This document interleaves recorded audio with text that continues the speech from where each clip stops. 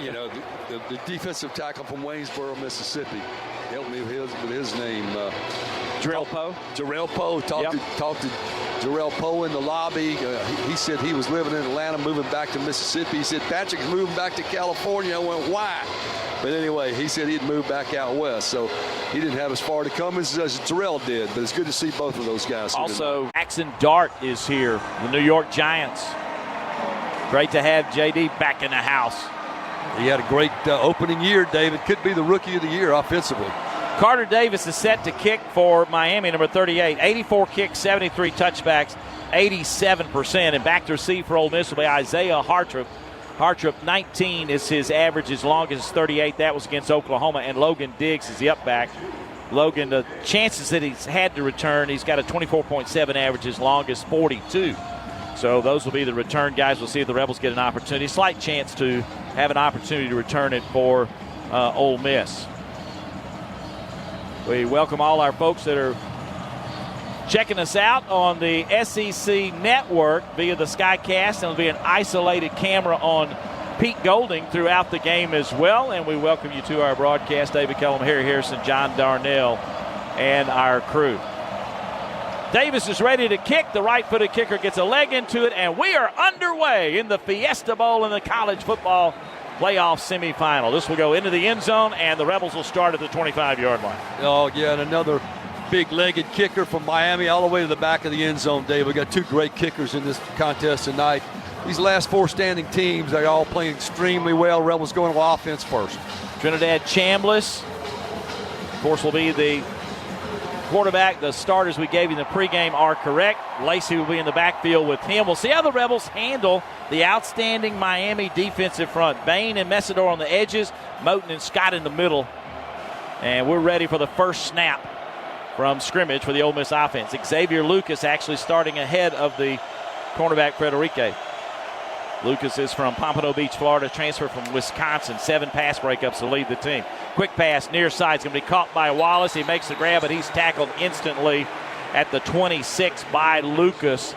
Looks like he's got about a yard gain. Let's see, they gave him a little bit more. We're at a funny angle. They put him at the 29, so give him 4 yards. It'll be 2nd down and 6 for Ole Miss. Yeah, a nice extension of the run game. Just a quick hitter out to Wallace. Snap there. Hand off to Lacey up the middle. And he'll get to the 30 before he is driven back hard. We'll see where they officially spot it, but Mesidor leads the way. This defense, very physical. Ole Miss had to turn up the physicality in the second half against Georgia. Not only matched it, probably surpassed it, and it really paid off. And now Moten, who was hurt against Ohio State, is down on his backside, and he's shaking his head like, I can't go. And that's going to be a blow for Miami the rest of the way if he cannot. And we just told you the cornerback who got hurt against Ohio State, Frederique, did not start. Lucas started for him. So we got a timeout on the field as the training staff is out to check on Moten. They spotted that ball actually at the 31, so a 2-yard pickup for Lacey, and the Rebels are left with a 3rd down and 4 when we get back underway. Yeah, Moten obviously with that bad ankle, David, in the previous game. He came up late. He was trying to stand on one leg, not putting any pressure on that, I think it's his right ankle, and he just finally sat down on the turf. I think he's going to have help to get off the field. John, he played that whole snap, like Harry said, lifting his right foot and bouncing up and down on his left leg. Yeah, he's the one that went down in that last game they had and late in that game. And it didn't look like he would be able to come back from that. But he started tonight, and looks like he entered the same ankle. Well, he gave it a gallant try. We don't know if we'll see him the rest of the way or not. But he really was in a lot of pain. And checking in for Miami, number 11, David Blay. Blay is a 5th-year senior from Levittown, Pennsylvania, a transfer from Louisiana Tech. Spent some time in Ruston. The Rebels got a 3rd down conversion here, David. Looks like about 3rd and 5? 3rd and 4 from the 31-yard line. First big 3rd down conversion of the contest. Armando Blunt has checked in, too, a sophomore from Fort Lauderdale, Florida. He's the one that's actually in for Moten, not Blay. They came with Blunt instead of Blay. Caden Lee is in the backfield with Lacey at the moment. There's a 3rd and 4 coming up. Lee clears out to go left. Chambliss wants to throw, being chased, in trouble, throws it away near sidelines. A little bit too long. He's going to have to get it out of there quicker than that. And Toure had pressure on him, and the Rebels will have to punt away. Yeah, Miami walked both linebackers up, David. Sometimes you walk up and then drop back in coverage, but those two linebackers from Miami absolutely came on the blitz, got to the quarterback, and then we picked up a... You know, John, two receivers were on the turf, got knocked down in that route. Yeah, didn't really have anybody to throw to, and we got beat right up the middle. And maybe a bust on the assignment up there up front, but yeah, they got pressure right up the middle, and he couldn't do anything but have to throw it away. Intentional grounding. We also got a flag on Ole Miss for intentional ground against Chambliss. He didn't get out of the box, and I don't know if he got it across the line of scrimmage, just kind of threw it toward the Miami sidelines. So that penalty will bring the ball back, 4th and 17 for Ole Miss, and now punting it away is Bird off the side of the foot. Malachi Toney back to receive, and it's going to be caught by Toney. He's tackled at the 37. Bird, the Sydney, Australia senior, 46 averages, longest is 65. And Malachi Toney, a 15.1 average, longest 55 on that one. And Miami's going to end up with pretty good field position. Deuce Alexander made the tackle for Ole Miss. Yeah, not the best effort by Bird, but Miami gets the football, David, as you said, good field position at the 36. Malachi Toney, he's the guy to keep an eye on, number 10. They end up with it at the 36-yard line, so that's only a net of 34 on that punt. Chris Graves going to start for Braxton at receiver for Ole Miss. Beck's going to hand it off. Dodging a tackle and pushing it to the 40-yard line is Fletcher. And he'll get a pickup of 4, 2nd and 6. Yeah, we had a defender that came through. I think it was Franklin originally, or maybe it was Eccles, but they got there quickly, but Fletcher was able to bounce it outside and picked up a nice run on the first down. Matthew McCoy started left guard for Miami too, junior from St. Augustine, Florida. He plays right guard and left guard. He draws the start in this game. Franklin, Eccles, and Perkins combined on that stop. 2nd and 5 from the 40. Quick pass, out route, far side, caught over there, and that will be Marion, and he's got the first down as he's pushed out of bounds around midfield. Quick out route and a nice play there. And that's Miami's offense, David. They're going to put people in motion. They're going to change the look in the backfield, but it's going to be quick hitters out, just a little 5-yard out, try to get you out there in space and make those corners miss. So just shy of the 50-yard line to the 49 was a 9-yard gain, first down for Miami. That moves the chains. No score, 12:37 to go first quarter and running. Two receivers right. One is the tight end, Ballman. Comes in motion to the near side. Now a pass down the middle. He's got his man, overshoots him just a little bit around the 25-yard line, intended for Malachi Toney. He got kind of a little bit of a shove off on Braxton, and then the throw went a little bit high. It'll be 2nd down and 10 on the incompletion. Yes, the safety Williams was running with him and then just stopped. I'm not sure why he stopped, but the ball sailed, fortunately for the Rebels, over the head of Malachi Toney. Elijah Lofton comes in at tight end for Ballman. He's a sophomore from Las Vegas. 22 catches, 3 touchdowns for him. He wears number 9. He's an H-back left. Pistol formation is Fletcher's right behind Beck. Beck takes the snap. Here comes pressure.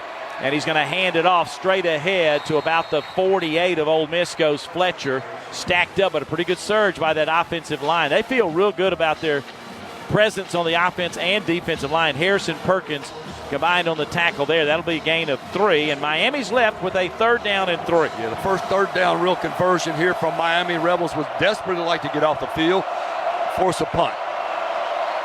See the Rebels get the stop. Trips to the left, a little bunch set. Malachi Toney is in that group as well. Off the right shoulder of Beck is Fletcher. 3rd and 7 from the Ole Miss 48 for Miami. There's the snap. Beck wants to throw. He's going to step up, thinks about running. He takes off. He's going to be hit and drop around the 42, 43. We'll see where they officially spot it. It's going to be close, but it looks like he's going to be just a little bit shy. TJ Dottery on the tackle. And let's see, it may be close enough for Miami to think about going for it. They put it at the 43-yard line, so it was a 5-yard gain. Miami is left with a 4th down and 2. Carson Beck found a running lane, David. Everybody was running down the field with the receivers. He just simply tucked the ball and ran it up the field. That's not what he does often, but he had a clear midfield, and he got it up within 4th and 1. Ballman is back in as a tight end. They add another tight end, the freshman Westchester, Ohio, number 88. Gilbert's in there. They're going for it. There's the handoff right up the middle. I don't know. Stacked up. There's a little bit of a surge. He may have got it on the second effort. Looks like Fletcher got it on the second effort. A good shove by the Miami offensive line. John, looked like we had him stop for a moment, but it didn't stick. Yeah, we did. Good second effort there by the offensive line of Miami and the running back. He just barely got it over what he needed to get, but we got a player down. Looks like Andrew Jones is down for the Rebels. Eccles and Franklin on the tackle. Timeout on the field. Andrew Jones is shaken up, and they're out checking on him, and we got a timeout. Miami moves the chains. When we come back, they'll have it 1st and 10 at the Rebel 41. No score with 10:49 to go in the first quarter. You're listening to Ole Miss football. Know it can happen. 1 in 4 hot car deaths happen when a kid gets into an unlocked car and can't get out. Never happens. Before you leave the car, always stop, look, lock. Brought to you by NHTSA and the Ad Council.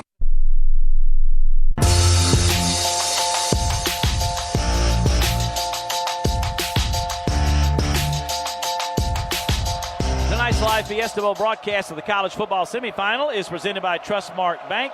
People you trust, advice that works. Miami has it officially at the 40 after what was a 3-yard gain at Ole Miss's 40. 1st and 10. No score in the game.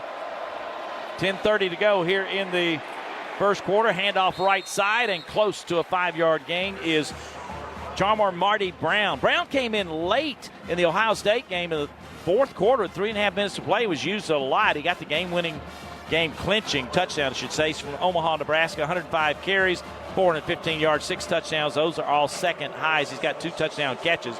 Nice hard run there for a 5-yard pickup to the 35-yard line. Actually put him at the 36-yard line. So it'll be 2nd down and a short 4. It's tackled by Kite and Williams.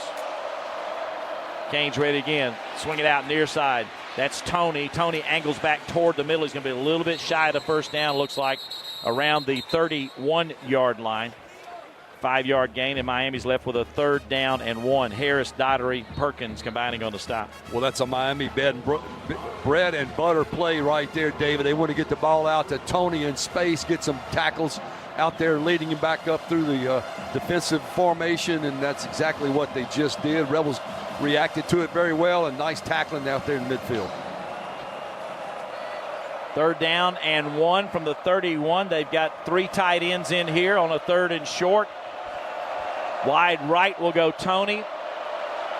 Under center is Beck. Brown is still the running back from the 31 of Ole Miss. 3rd and 1. The handoff, bouncing it, or fake on a handoff. Now swing route out to Brown after faking him. He's going to get the first down. We tried to undercut him and get the tackle. Gushican had an angle on him but could not come up with a Ryan did. Sage Ryan did. Couldn't quite come up with a tackle.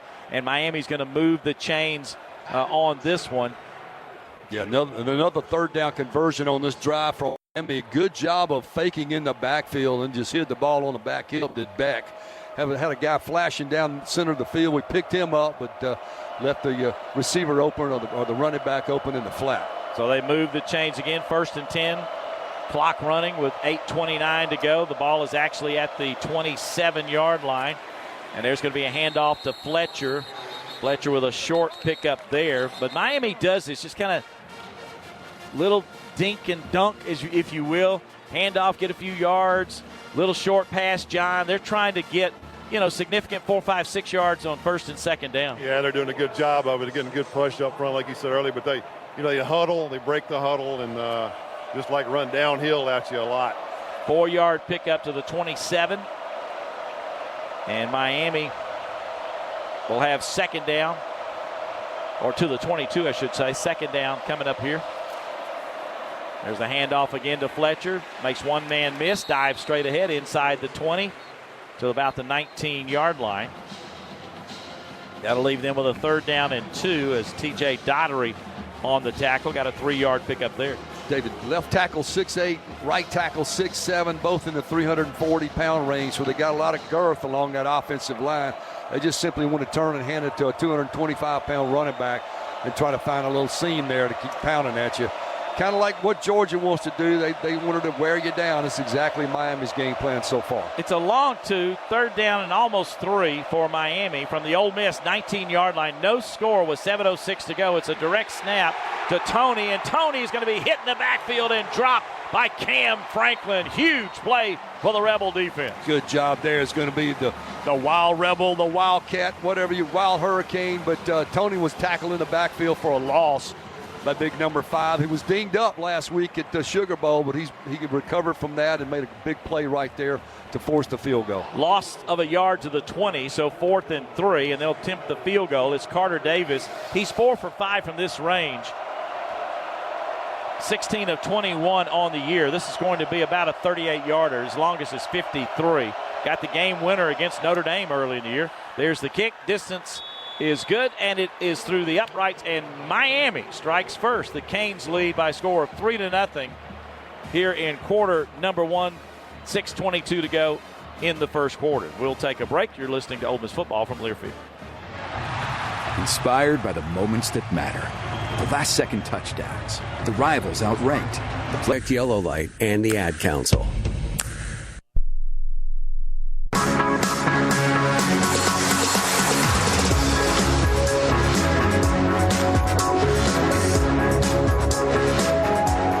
Welcome back to Glendale, Arizona. We owe you a station ID. Let's pause 10 seconds for that as you're listening to Ole Miss football from Learfield.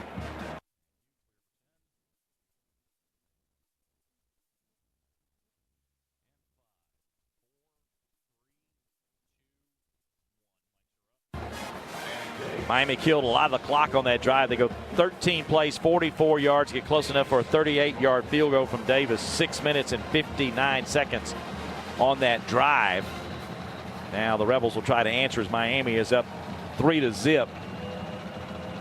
Yeah, nothing that excited about this Miami offense, but very deliberate, David. Just want to burn clock, keep this Rebel offense on the sideline. Unfortunately, the Rebels were 3 and out on the first drive. We're getting ready to receive the kickoff. Davis ready to kick it. Back to receive is Harter for Ole Miss. That one also goes into the end zone. The Rebels will crank it up at the 25-yard line. John, what are you seeing in the trenches right now out of the two teams? Yeah, well, they like you said, 13-play drive right there. They pretty much controlled the line of scrimmage right there down the field. But yeah, we need to protect better. Look like they got pressure right up the middle on us, and you can't have that. We'll take a timeout as we do have another one here. As we'll be back. You're listening to Ole Miss football from Learfield. Vaught Hemingway. It is a right ankle sprain. All right. Winston Watkins is coming for Ole Miss, the freshman from Fort Myers, Florida. He's got 25 catches, 1 TD, a receiver, and Deuce Alexander for the first time, sophomore from Douglasville, Georgia. Led the team with 7 catches, 87 yards against Tulane. Had the longest touchdown catch in Ole Miss history with 88-yard grab in the Egg Bowl. His dad, Hilton, of course, played in the NFL for the 49ers and the Saints. Deuce Alexander. Gun formation for Chambliss. There's the snap. The Rebels went 3 and out. The last one, quick pass downfield. Got it to Lacey. A big collision at the 25. He breaks the tackle. Miami gets 3 or 4 to push him back. They never got him on the ground. Xavier Lucas and Wesley Basaint finally slowed him down. See where they officially spot this one. Looks like the 28-yard line. A little catch by Lacey. It'll be second down.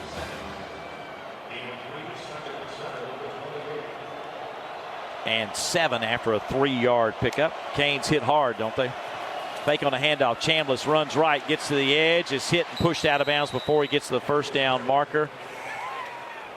Whole game's been played on the opposite end of the field, which is as far as we're behind the end zone on the other end of the field, so we're having to kind of wait to see where they spot the ball. Jacoby Thomas on that tackle there. They put it the 29-yard line, so that ended up being only a 1-yard gain, and the Rebels have 3rd down and 6 from the 29-yard line as Miami's trying to get a second 3 and out. The snap to Chambliss. Here comes pressure. Fires. It's going to be incomplete at the 33. Quick hitter to Deuce Alexander hitch route. They had 2 white jerseys over there, Thomas and Lucas, to break that one up. 4th down. The Rebels will have to punt away. Yeah, Trinidad had to get rid of the ball. In fact, it might have been a tilt, David. They brought a corner blitz, I think, with the free safety there, and he came off the corner right into the face of Trinidad Chambliss. Good to see it once again right here, number 0. That was Keontae Scott, the rover. The rover, yes, got right there. Hit Chambliss. Almost in the a late afterwards. hit. Here's the punt by Bird down the near sideline. Sidewinding kick that goes out of bounds. This is going to be marked up the field a little bit. Back to receive it was Tony, but it goes out of bounds around the 25-yard line, but they'll mark it up the field. We'll see where they officially spot it. Looks like about the 23 right here. Yeah, they gave him a pretty good spot there. Good punt there.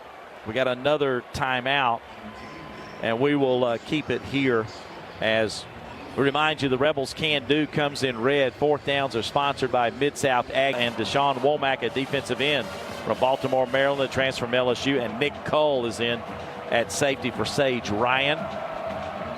Miami 3, Ole Miss nothing. They break huddle and come to the line of scrimmage. Off the right shoulder is Brown. Fletcher ran the ball a good bit earlier. They're using Marty Brown now. There's a handoff left to Brown, and he's got some room as he gets across the 30 to the 31-yard line. That's going to be about an 8-yard gain. Nick Cole on the tackle for Ole Miss. Yeah, exactly what we saw a week ago, David. Just run the weak side, kind of overload everything to the wide side of the field, and come back to the weak side with that running back. And we looped around from that right tackle, and that left a pretty big hole there, and he got past the linebacker. They put him back, said his knee went down at the 30, so 7-yard gain will be 2nd and 3 for the Canes. Snap to Beck, fakes the handoff, quick pass near side, tight ends got it, and lunging ahead and steaming across the 35 to 37 is Alex Ballman, and he'll get the first down. Taj Chambers, who's in the game at linebacker, junior from Arlington, Texas, on the tackle for Ole Miss. And we'll see where they officially spot this one. Looks like it's going to be at the 37, so it was a 7-yard gain, first down. Yeah, tight end, they just throw a little 5-yard flat route to him, and he follows blockers down the field and pushes the ball for the first down. They move the chains. Wide right goes C.J. Daniels, a former LSU Tiger. Wide out to the right. 2 receivers left, short side of the field. There's a snap, a fake on a pitch. Beck over the middle, and he's got his man. It's going to be caught, and a flag is going to fly as we got a player down and maybe a targeting at midfield. It's Nick Cole who hit Tony as the ball got there. And to be honest with you, Cole's taking the worst of it. He is on the ground right now, and it was kind of a bang-bang play, and they did throw a flag on that one. Tony held on to it, and so they'll have a first down. Personal foul, targeting, defense, number 19. The play will be under further review. There is no 19. It should be 29. Correction, Cole. number 29. There you go. And Cole is really shaken up, being helped off the field. We'll get a replay here in the booth to see. Kind of faked a toss to Brown, then threw over the middle, and then there was just a face mask to face mask collision as he was trying to get the ball at the same time. I don't know about targeting on that one. We'll see. But as he came in, he came hands first. It was face mask to face mask. Wasn't the crown of the helmet, so we'll see how they determine that one. It wasn't a lunge. I mean, he was just trying to knock the ball away. If he gets ejected for that one, that's a tough break for Nick Cole. But he's also out of the game via injury as well. What'd you think, JD? You saw that one field level. Yeah, it was just a bad collision right there. It was a good play by them. Fake the toss, and like you said, get it to their best receiver down the field. We hit him, and but he's a good receiver, and he just held on to the football. It's going to be a big gainer, especially if they tack this 15 onto it. Yeah, this guy reclassified, y'all. He should have been a senior in high school this year. That's how talented number 10 is, Tony. But looked like just came across the field with his face mask. He definitely did not hit him with the crown of the helmet. So we're going to get the call right here. 40 to the 49-yard line, gain of 14. After review, there is no foul for targeting on the play. The results of the play is a first down. So a 14-yard pickup. And it did look, first value may be targeted, but they go by. That's why you got the replay. And we agreed. We didn't think it really was either. But a 14-yard, what a hold by Tony to catch that ball, though. Gracious. Yeah, and a good throw there by Carson Beck. Had to get it over the linebacker. T.J. Daugherty had dropped back in coverage, but just zipped it right over the top of him. And a good catch by the freshman to hold on to it. And so the Rebels will have to bow up as Miami's moved across the 50-yard line to the 49. 1st and 10. Cole goes into the injury 10 on the Ole Miss side. And now in is JoJo Trader, a wide receiver, sophomore from Opelika, Florida. He is wide out right. 1st and 10 for the Ole Miss 49. Handoff running left is Brown. Comes back to the middle. He's got a big opening. Breaks the tackle. Flags are down as he gets all the way to the 30-yard line. Boy, we had him, but he knocked off a tackle. It's one of the things Pete told us in the pregame interview. We've got to tackle. But this one's coming back. Holding. Offense, number 87. 10-yard penalty. First down. That would be Ballman, the tight end, on that. That's a huge break. That would have been a 19-yard pickup. David, good job of the defensive front slanting towards the run, but then the running back was able to cut it back to the wide side of the field. But we see the hole right there on T.J. Daugherty. Simply got him by the jersey as he cuts back away from Daugherty, the running back. From the spot, it ends up being a 6-yard penalty back to the 45. Mark Fletcher now is back in at running back. 1st down and 15 for Miami now from the 45. 1st down actually and 16 for the Canes. There's the snap, quick pass far side, little screen set up, trying to work back toward the middle, but nothing there for Trader as the Rebels got several blue jerseys underneath, led by Womack, to make the tackle. They'll have a little bit of a pickup to the 48 of the Canes. A 3-yard gain will leave them with 2nd and 13. Yeah, good job there with the Rebel defense. The speed on the Rebel defense has been prevalent all year. Was able to reverse there those front guys and get out to make the tackle after a very short pickup. Canes at their 48-yard line. Clock running with 2:27 to go to first quarter. Miami leads 3-0. Beck claps the hands. There's the snap. He's got plenty of time in the pocket. Now steps forward, thinks about running, loops it near side, threw it low. It's going to be a lateral, though, and breaking the tackle is Fletcher to get up to midfield. As we had a diving effort at him. Graves is the one that makes the tackle. One of our guys dove at it, I believe, Franklin, and it was ruled a backwards pass, which it absolutely was, but we flashed and missed him. And as it came over here to the near side, and he scooped it up like a shortstop and ran ahead. It was Perkins who missed him first, but he ends up getting it to the about the 47 of Ole Miss. So he ended up picking up 5 yards out of that crazy play. It'll be 3rd down and 8, though, for the Canes. Now we got flags flying on the snap. Maybe a false start against Miami. False start. Offense, number 70. 5-yard penalty. 3rd down. Well, the Rebel faithful are in here with a lot of noise, David. Hopefully that's helping this defense. The left tackle for Miami got a little ahead of himself, so hopefully the noise has been a factor here. What I consider a hometown crowd. 5-yard penalty, the 48 of Miami. Now the Canes have 3rd down and 13. A couple of penalties hurt Miami. They've got trips to the right, a bunch set, not too far off the right tackle. The running back is Fletcher. Beck says something to him. Now Carson gets in the gun formation. Play clock running down. The handoff is to Fletcher. The Rebels gobble him up just shy of midfield. It's William Eccles who got there first. It'll be a 1-yard gain to the 49 of the Canes. It's 4th and 12. Yeah, great job there by William Eccles and company. Just Miami had a 3rd and long, and they decided to hand it off to Fletcher and see what could happen. William Eccles gobbled it up quickly. Harrison Wallace back to receive this punt. He's got an 8.1 average. His longest return 26. And punting is Dylan Joyce, a junior from where? Australia. Yep. 43.9 average. His longest is 73. There is the snap from Adam Booker, and he kicks it away, end over end. Fair catch called for. It's going to hit at the 3 and go to the end zone. Nice job there by Harrison Wallace to slow down the cover team as he ran forward and gave a fair catch sign. It was over his head, hit at the 5, but went into the end zone. And so Ole Miss will get it back. Rebels trail 3-0. Miami feels like they're more physical in the game with 24 seconds to go here in the first quarter. That was a 51-yard punt with no return. Let's see if the Rebels can get some offense going here. Certainly got to stop there, David. Kind of got the crowd from the Rebels back in it. We've got to get some offensive production. It's been 2 3 and out so far in the first quarter. Ball be at the 20-yard line for Ole Miss.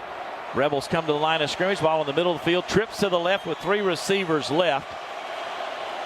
Chambliss, who's 2 of 3 in the game so far. Rebels have not had any offense. Handoff is to Lacey. starts right, spins, gets across the 20 to the 21-yard line. And that's not much there. Tackled by Toure. Picks up 1. The line of scrimmage was the 20, so second down and 9. Just can't find a good first or second down play. And now we got a jump off sides on the snap. Going early was David Blay, who's in the game. See if he's pulled off or he is literally offsides, but he made Offside. contact. Defense, number 11 with contact. 5-yard penalty, second down. 5-yard penalty will move it to the 26-yard line, where it'll be second down and 4. And you would think the nose tackle lined up right over the center would be able to see that, David, but good job of Trinidad of clapping his hands twice, and Rebels did not jump. Miami offsides. That's the end of the first quarter. Will wind down. 2 seconds, 1 second, 0 there. So after 1, Miami leads Ole Miss by a score of 3-0. Rebels will have a second down and 4 coming up from the Rebel 26. We start the second quarter. This is Rebel football from Learfield. It's 6:30 and the branch is closed. Yep. And you couldn't find your debit card. Nope. But you're going to get cash. Yep. Cadence Bank Live Teller has extended out. Ole Miss, not a very good first quarter offensively for sure. The Rebels had minus 9 yards rushing, 8 yards passing for minus 1 yard on 7 plays. That's Miami doing a heck of a job against a powerful offense. No first downs for the Rebels. We had the ball only 2 minutes and 34 seconds. Miami had it 12:08 and had 84 yards on 19 plays and 5 first downs. Chambliss 2 of 3 for 8 yards. Beck 6 of 7 for 41 yards. And the Rebels have a second and 4 for the Ole Miss 28 as we get ready, or 27 as we get ready to start the second half, or second quarter. Up the middle, Lacey, he breaks in the clear. He may go. He's to the 30, to the 20, to the 10, to the 5, to the end zone. Touchdown, Ole Miss, right up the gut. We talked about that in the pregame, that you might hurt Miami right in the middle. Got to run right at him, David. That's exactly one of the keys to this offense. And we ran right through the A gap, and Kawan Lacey was in the secondary and simply won the foot race all the way to the end zone. Rebel score. 73-yard touchdown for Kawan Lacey. A Rebel Rags touchdown. When you touchdown in Oxford, be sure to make Rebel Rags your first stop. Rebel fans celebrating 20 years with Rebel Nation. Rebel Rags, anything, everything, Ole Miss. Point after attempt for Carnero. Bird is the holder. Carter Short, the snapper, and he drills it through, and Ole Miss has flipped the switch in this one. It's Rebels 7, Miami 3. Let's check with John Darnell, who watched that one field level. Just ran right up the middle, and once he broke the play in the line of scrimmage, he foot race. But we still don't have a first down, but we got 7 points. But big play right there by a great back, and good job by the offensive line just to give him just a big hole to run through, and then Lacey did the rest. Well, statistically, they do give you the first down, too, on that score. Okay. So anyway, so it's the bank first down, but more importantly, it's 6. 4th longest run in Fiesta Bowl history. Rebels go 2 plays in 34 seconds, 80 yards with that 73-yard run to take a 7-3 lead. Looked like on the replay, Harry, that you got really nice blocking in the middle by Bryce Sanders, the center. We did, David. Left guard, Delano Townsend, they did a great job of opening up a crease, and he hit it, went right past the linebackers, never saw him. Then the safeties went, hey, here comes a running back. He ran right by them, and just a foot race at that point. The Rebels certainly needed to get a spark with that offense. They got it right there with number 5. Lucas Carnero is set to kick. Back to receive is Keelan Marion. That'll go out the back of the end zone. Marion has a 25-3 average, longest return 38. You don't get to return too many of these days. In fact, Carnero, that was his 99th kick, and he gets touchbacks 89% of the time, the Cornelius, North Carolina native.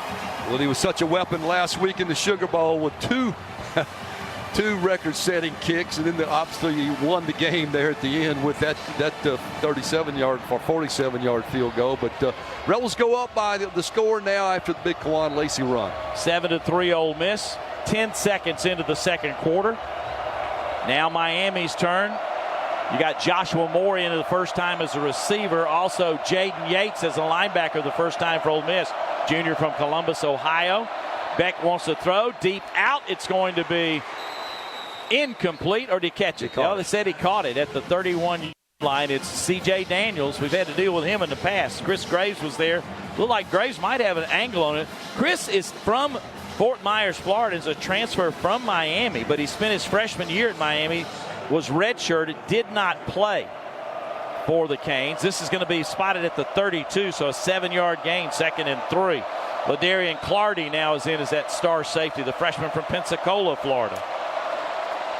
Handoff right up the gut. Big opening there across the 35 to the 40 to the 44-yard line is Fletcher. It's a first down, about a 12-yard gain. Yeah, Fletcher, the big 206'2", 225-pound back, David. He just gets hit early and keeps those legs churning, got into the secondary of the Rebels and certainly moved the chains.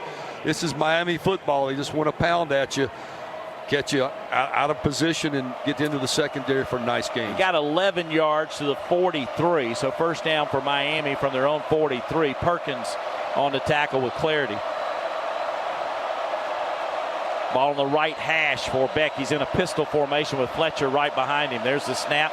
Fake to Fletcher. Beck wants to throw. He's got no pressure. Crossing route near side. There was early contact by Perkins as he hit Fletcher out of the backfield. Really, John, I don't know if he had to do that. He had an angle on the ball. If he catches it, he's going to make the tackle right there for a short gain. And spot of the foul. First down. Yeah, definitely hit him early, and a bad penalty right there because we'd have tackled him right there if he would have caught it. That'll put it at the 47. It's only 3 yards downfield, so that's a very short penalty. Automatic first down, though. And they end up gaining 4 out of that penalty, but I'm not so sure if he angled in front of the ball. The ball came behind the receiver. Was not thrown very well by Beck. He had a chance if he's not making contact to maybe intercept that ball if he played the ball. I'm like you, David. If he's looking at the ball, I think he would have thrown it right to our Perkins. So Miami trailing 7-3. He's got the ball at their own 47. Quick pass, far side incomplete. He led Tony too much. That was a heater. He's trying to get out to Tony in the slot, let him run with it, but he threw it in front of him. They weren't on the same page maybe. 2nd down and 10 from the 47 of Miami. Yeah, definitely a fast ball out there, too far in front and low also. That's what they want to do is get the ball to Tony out there in space and let him work. Got a left hand on it, but no chance to catch that one. Not a real good throw by Carson Beck. From the 47 of the Canes, 2nd and 10 for Miami. 13:26 to go in the second quarter. Ole Miss leads 7-3. There's the snap. Beck wants to throw. Quick hitch route caught at the 50, across the 45 to the 42 is Joshua Moore. We did not pick up him quickly enough, and he will get the first down, a gain of about 11. Wydette Williams on the stop. We'll see where they spot this one. They actually put it at the Ole Miss 42-yard line. It is an 11-yard gain, first down Canes. Yeah, the Rebels brought a blitz off the corner, and Carson Beck threw it right to where the blitzer came from, David. Wasn't a great throw, but a good catch, and he moved the chains. Miami in Ole Miss territory now at the 42-yard line. They bring a man in motion, the near side, Trader. There's the snap. Beck running out to his right, in trouble, sets, fires down the near sidelines, one-on-one, incomplete at the 5-yard line. Trying to get it to Malachi Tony, and Clardy, the freshman from Pensacola. That's freshman versus freshman in a college football semi, Harry, but it's incomplete. Clardy's not played a lot of snaps this season, David, but here in the playoffs, he's getting more and more time on the field, and you saw right there running step for step with Tony, who can really blister. Beck sidestep pressure from Harris and set up and fired it, but he overshot it. So 2nd and 10 for Miami from the Ole Miss 42. Rebels leading 7-3, 12:43 to go here in the second quarter. Fake on a handoff. Beck's going to keep it and run right. Now dives, he slides, but he doesn't get benefit, or doesn't lose yardage because he slid forward. They're going to put it at the 41 where he went down. It wasn't a feet first slide, it was a head first slide. 3-yard gain, and Miami now has 3rd down and 7. TJ Dottery got him on the ground. Yeah, good job of converging once Beck took off. He's not a blazing runner as we saw, but good job of getting him on the ground. It's 3rd and long here for the Miami offense. Selective runner, I guess is the way to put it. The ball at the 39 of Ole Miss. 3rd down and 7 for Miami. There's the snap to Beck.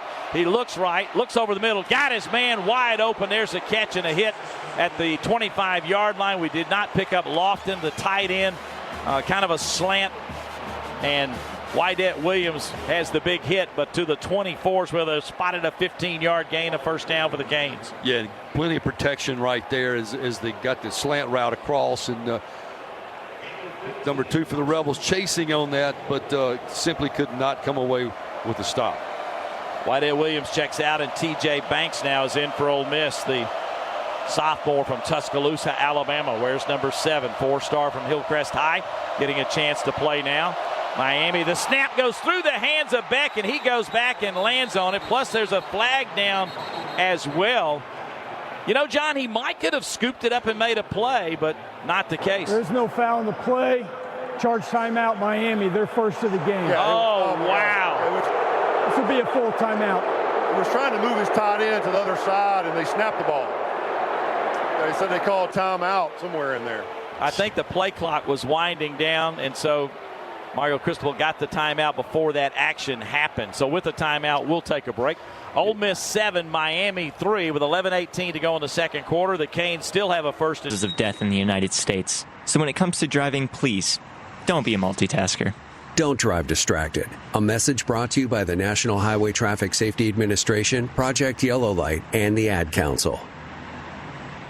How serious is youth vaping? Irreversible lung damage serious. 1 in 10 kids vape serious, which warrants a serious conversation from a serious parental figure like yourself. Not the seriously know-it-all sports dad or the seriously smart podcaster. It requires a serious conversation that is best had by you. No, seriously, the best person to talk to your child about vaping is you. To start the conversation, visit talkaboutvaping.org. Brought to you by the American Lung Association and the Ad Council.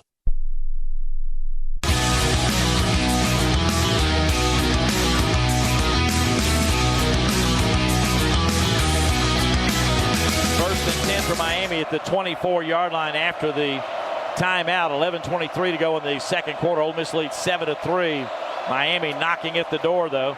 There's a handoff. It's going to be straight ahead and stacked up at the 20-yard line. A 4-yard gain is Brown. Test drive Ford F-150, official truck of the Ole Miss Rebels. It's your Mid-South Ford dealer. Like the Rebels, this truck has a strong tradition earned with outstanding capability and smart features. Like a mobile generator, that's how you create a fan favorite. Go Rebs. They actually spotted at the 21-yard line, so a 3-yard gain. 2nd and 7 for Miami. Ball on the right hash. Franklin and Gushikin on that tackle. Brown in the game at running back. 2 receivers wide to the left. That's the wide side of the field. The ball's on the right hash. There's the snap. Beck has time. Fires toward the end zone. He's got a man. Knocked away. Reaching out with a left arm. And knocked that one away was Jalen Braxton. It was intended for Tony. It'll be 3rd down and 7. By the way, Kewan Lacey, who had his longest run of the year a moment ago, had to go into the tent. That ball actually on the replay hit Braxton in the back, not the arm. But he had to go into the tent. He's got his right hamstring wrapped, it looks like, John. Got it wrapped. He's on the bike right now, just trying to stay loose, David. Injury updates brought to you by Richard Schwartz and Associates, your Mississippi injury law firm. One call, that's all. Big 3rd down conversion here, David. 3rd and long. 3rd down and 7 for Miami on that incompletion. Back to throw. He's going to be out route at the 20. Tony trying to get away. He does get away and gets the first down. Oh, my gosh. Banks had him stopped around the 20. He kept fighting those legs, pushes and churns. He's close to it. They gave it to him. Yeah. First down to the 13-yard line. He picked up 8. And we did a good job. That was Perkins, number 4, who had him, David, dead to right. Were a very, very short gain, and he just simply pulled out of the tackle, rushed forward. And the freshman, who's been an outstanding player all year, they look for him on every pass and play. Miami 1st and 10 at the Ole Miss 13. Boy, tough break there. You get the tackle. And, you know, Pete talked about it. We got to tackle. We didn't. And Perkins is one of the best ones we got. 1st and 10, right hash. Pistol formation, handoff, run back, straight ahead. Little surge inside the 10 to the 8-yard line, a 5-yard gain. 2nd and 5 for the Canes. Tackled there in the middle by Dottery and Uman Mielen, who's in the game. You know, Prince Will is from Austin, Texas. Against Tulane, had a great first round. 4 quarterback hurries, a sack and a half, and a pass breakup. And against Georgia, quarterfinal, 7 tackles and a TFL. So you got Uman Mielen in the game at the moment. 2nd and 5 for the Canes from the 8-yard line. There's the snap again. Handoff straight ahead, running into traffic, but again, keeping the feet churning is Fletcher and gets to the 5. We're hitting them, but they're still picking up positive yards. Hitting them at the line of scrimmage or a yard behind the line of scrimmage, and still these backs are getting positive yards. It's a 3-yard gain. So Miami has 3rd down and 2. Brown and Harris on that tackle. Yeah, this is Miami football, David. Mario Cristobal, former offensive lineman himself, he's just put 6'7", 6'8", 330 and 40-pound guys up front. They just want to get a push with a 220-pound back and make it pay by just running it straight at you. Ball on the right hash, 3rd down and 2 from the Ole Miss 5-yard line. Rebels lead 7-3, 8:34 to go in the second quarter. There's the handoff, and straight ahead to get the 1st down before he's pushed back is Fletcher. Same story. Get hit at the line of scrimmage, but keep surging. Get a good surge out of your offensive line. McCoy is back in at left guard now. And so they'll have a 1st down to the 2-yard line. That was a pickup 3. 1st and goal from the 2. Yeah, nothing fancy there. Just try to find a crease for the running back. As we said, 225-pound guys, and they just push forward with a little help of those offensive linemen and all. Huge offensive front, and they got the best right there. Eccles and Franklin combining on the stop. 1st and goal to 2. Ball in the middle of the field. They got the fullback in. This is a jumbo set. Oh, slipping and falling on the cut is the 3-yard line. The running back, Brown. You've got Olofatuli, number 83. It's S.J. Olofatuli. He's converted guard, but he comes into the jumbo package, and then they add a lineman. So they end up with, in their jumbo set, with technically 8 offensive linemen, but Brown slipped, a break for the Rebels. He loses 2 yards, so 2nd and goal from the 4. Yeah, it was a break, definitely. He was going to kick it outside, ran right up the back of one of his linemen and fell down. Caleb Graham is in the game for Ole Miss at defensive end. There's a handoff, running right to the end zone. Touchdown, Miami. It's Brown that gets in there. Yeah, just kept those legs churning once again, David. A big scrum at the offensive line, but he found the crease, and another big back just rushed it in the end zone for the score. Brown out of Omaha, Nebraska, transfer from North Dakota State with his 7th touchdown of the season, and the Canes are back on top. We watched the replay, and he just went over the lineman who helped push him into the end zone, or actually it looked like the tight end or the fullback that we just talked about, Olofatuli. And he just kind of helped him, shove him as he's laying on his back into the end zone. Point after attempt on the way for Carter Davis. Booker, the snapper, Joyce, the holder, and it's good. And we've got a timeout. The Miami Hurricanes now leading the Ole Miss Rebels 10-7 with 7:09 to go here in the second quarter. 15 plays, 75 yards in 7:41. Brown with a 4-yard touchdown run. Impressive drive for the Canes. We'll be back. You're listening to Ole Miss football from Learfield. There's team pride, and then there's brought to you by the American Lung Association's Lung Force Initiative and the Ad Council.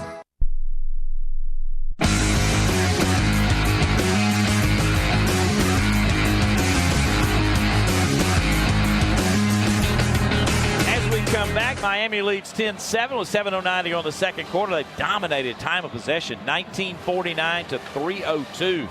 Injury updates are brought to you by Richard Schwartz and Associates, your Mississippi injury law firm. One call, that's all. What you got, JD? Yeah, Andrew Jones is out. He will not come back in the game. That right ankle that he injured in the first quarter. In street clothes, right? Yeah, Call, by the way, is going to go back. He can go back. He's been working out on the sideline over here. We'll probably see him again. Lacey's been on the bike and kind of running up down the sidelines. Apparently got a little bit of a hamstring issue. Yeah, it is. They got it wrapped up, but he's up there in the huddle ready to go out for the next series. And for the Canes, they had to carry off a tight end, Lofton, who took that hit on that big catch he made over the middle. So, physical football game. That's for sure. Carter Davis ready to kick, and this will go deep. In fact, out the back of the end zone will be a touchback, and Ole Miss will start at the 25-yard line. Yeah, another strong leg here from Miami, just like the Rebels. He's don't get opportunities, but never bad to start on the 25. Now, Dave, we've got to get a sustained drive. The Rebels scored on 170, 3-yard touchdown run by Kawan Lacey, but the Rebel offensive line is just not getting it done at this point. And we got to get the passing game back in sync. You got the 73-yard run. We got 72 yards of offense. That'll tell you about the rest of it. Exactly. 155 for Miami. Logan Diggs is in for the first time, so Lacey is not coming out there. He's still nursing that leg. The redshirt senior from Butte, Louisiana, transferred from LSU and Notre Dame. Diggs, 29 carries, 179 yards, 4 touchdowns, longest run of 51. Watkins is back out as receiver as well. Gun formation for Trinidad Chambliss. He sends Watkins in motion, fakes the handoff, looks to throw, swings it out to Diggs. Diggs trying to make a move, get around his man. He does break a tackle, still working the sidelines. They're going to say he stepped out, I think, around the 31. But, boy, Diggs turned nothing into something. Gets a 6-yard pickup as he's pushed out of bounds by Toure. Yeah, just an extension there, David. Wanted to go downfield, nowhere open there. Just went to his third option to Diggs as a quick out on the sideline. They actually gave him the 32, so give him a 7-yard gain. 2nd and 3 for Ole Miss. Right hash. There's a handoff to Diggs. Straight up the gut. He's got the first down across the 35 to the 38. Did the ball come out? I don't think so. No. And that's another bank first down for the Rebels. Tackled by Mesidor and Aguirre. That's a good job there by Kudus, the right guard, and Jay Williams, the right tackle, moving that pile, David, and Diggs finding the crease and making them pay. 6-yard gain to the 38. First down for Ole Miss. Fake on a handoff. Chambliss throws deep to Stribling, one-on-one. Overshot him on the sidelines. No chance to make a catch on that one. Stribling was going down the sidelines. He threw it toward the Ole Miss bench. He tried to angle there, but it was way out of bounds. We do have 2 flags down as well. Personal foul. Roughing the passer. Defense, number 5. 15-yard penalty, first down. That's huge, obviously. 15-yard penalty will give the Rebels a first down to the 47 as the Rebels pick up a bank first down via penalty. It's Justin Scott who was whistled on that one. Oh, yeah, hit him up around the over. Took his left arm, just hit him right across the face mask, David, and knocked him down with it. It was clear to everybody in the house. So the ball on the 47-yard line of the Canes. Rebels trying to answer, down by 3, 10-7 with 6:11 to go here in the second quarter. Daquan Wright goes out to the far sidelines. There's the snap. Chambliss wants to throw. He's got Wright over the middle, caught at the 30 and turns and lunges close to the 25-yard line. Or actually, it's not Wright. That's going to be Wallace. Trey Wallace on the catch. Aguirre and Lucas there to make the tackle. Nice job to the 27-yard line. That's a pickup of 20 and another bank first down. Yeah, good job of Trinidad looking off those defenders, David, and threw it through a tight window. Quick pass near side to Watkins. Makes the first man miss, puts down a hand, but in trouble and dropped around the 24-yard line. Gets a little bit out of that, but great penetration by the Canes. Keontae Scott and Aguirre up there. Well, you got a defense that runs so well, David. Just to be able to get away from that first tackler was big. And that turned into a positive gain. 3-yard gain to the 24, 2nd and 7 for Ole Miss. Hand off to Diggs. He's hit by the left defensive end. He tried to spin off of but could not. He'll be dropped right there at the line of scrimmage. No gain. 3rd down. Keontae Scott got there first, and then Reuben Bain helped finish him off, that tight end. So not much there. We have not seen Lacey return to the game. It's Diggs right now. We'll check with John in just a moment. We've got a 3rd down and 7 coming up for Ole Miss from the Miami 24. 4:53 to go in the second quarter. Miami leads Ole Miss 10-7. There's the snap. Chambliss in the pocket, runs out to his right, looking downfield, wants to throw, fires it down the sidelines and threw it away. And it was intended for Trey Wallace, but no chance there. Moten had some pretty good pressure. It'll be 4th down. Let's check with JD on an injury update. Yeah, they took Lacey into the locker room to work on another wrap on his right hamstring. That's a late hit. Yes, right a late there. hit. They missed. Completely missed that. Well, Ahmad Moten had to leave the game, was back in there, and he shoved him well out of bounds and no flag by this Big Ten crew. That definitely should have been a 15. That 100% should have been a penalty. Yes. Now we got a field goal effort here from the 32, a 42-yard effort for Carnero. Had a big week last week. There's the kick, and it's on its way. He's got the distance, and the kick is good. Lucas Carnero, 27 of 30 on the year, 15 of 17 in this range. 28 field goals, 137 points for a kicker. That's Ole Miss record. He was 3 for 3 in the Sugar Bowl with a record-breaking 55 and 56-yarder plus the 47-yarder to go here in the second quarter. We owe you a station ID. Let's pause 10 seconds on the Ole Miss Radio Network.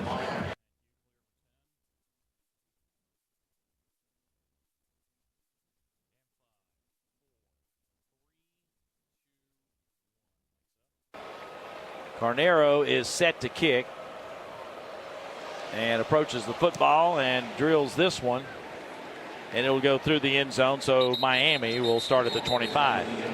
Yeah, good drive, David, to get the Rebels right back in the football game after Miami had come down and on a long 75-yard drive, and the Rebels get the tying field goal. Now Miami with the football. You'd love to get a stop here early, get the football back. 4:38 to go in the half. From the 25-yard line, first down.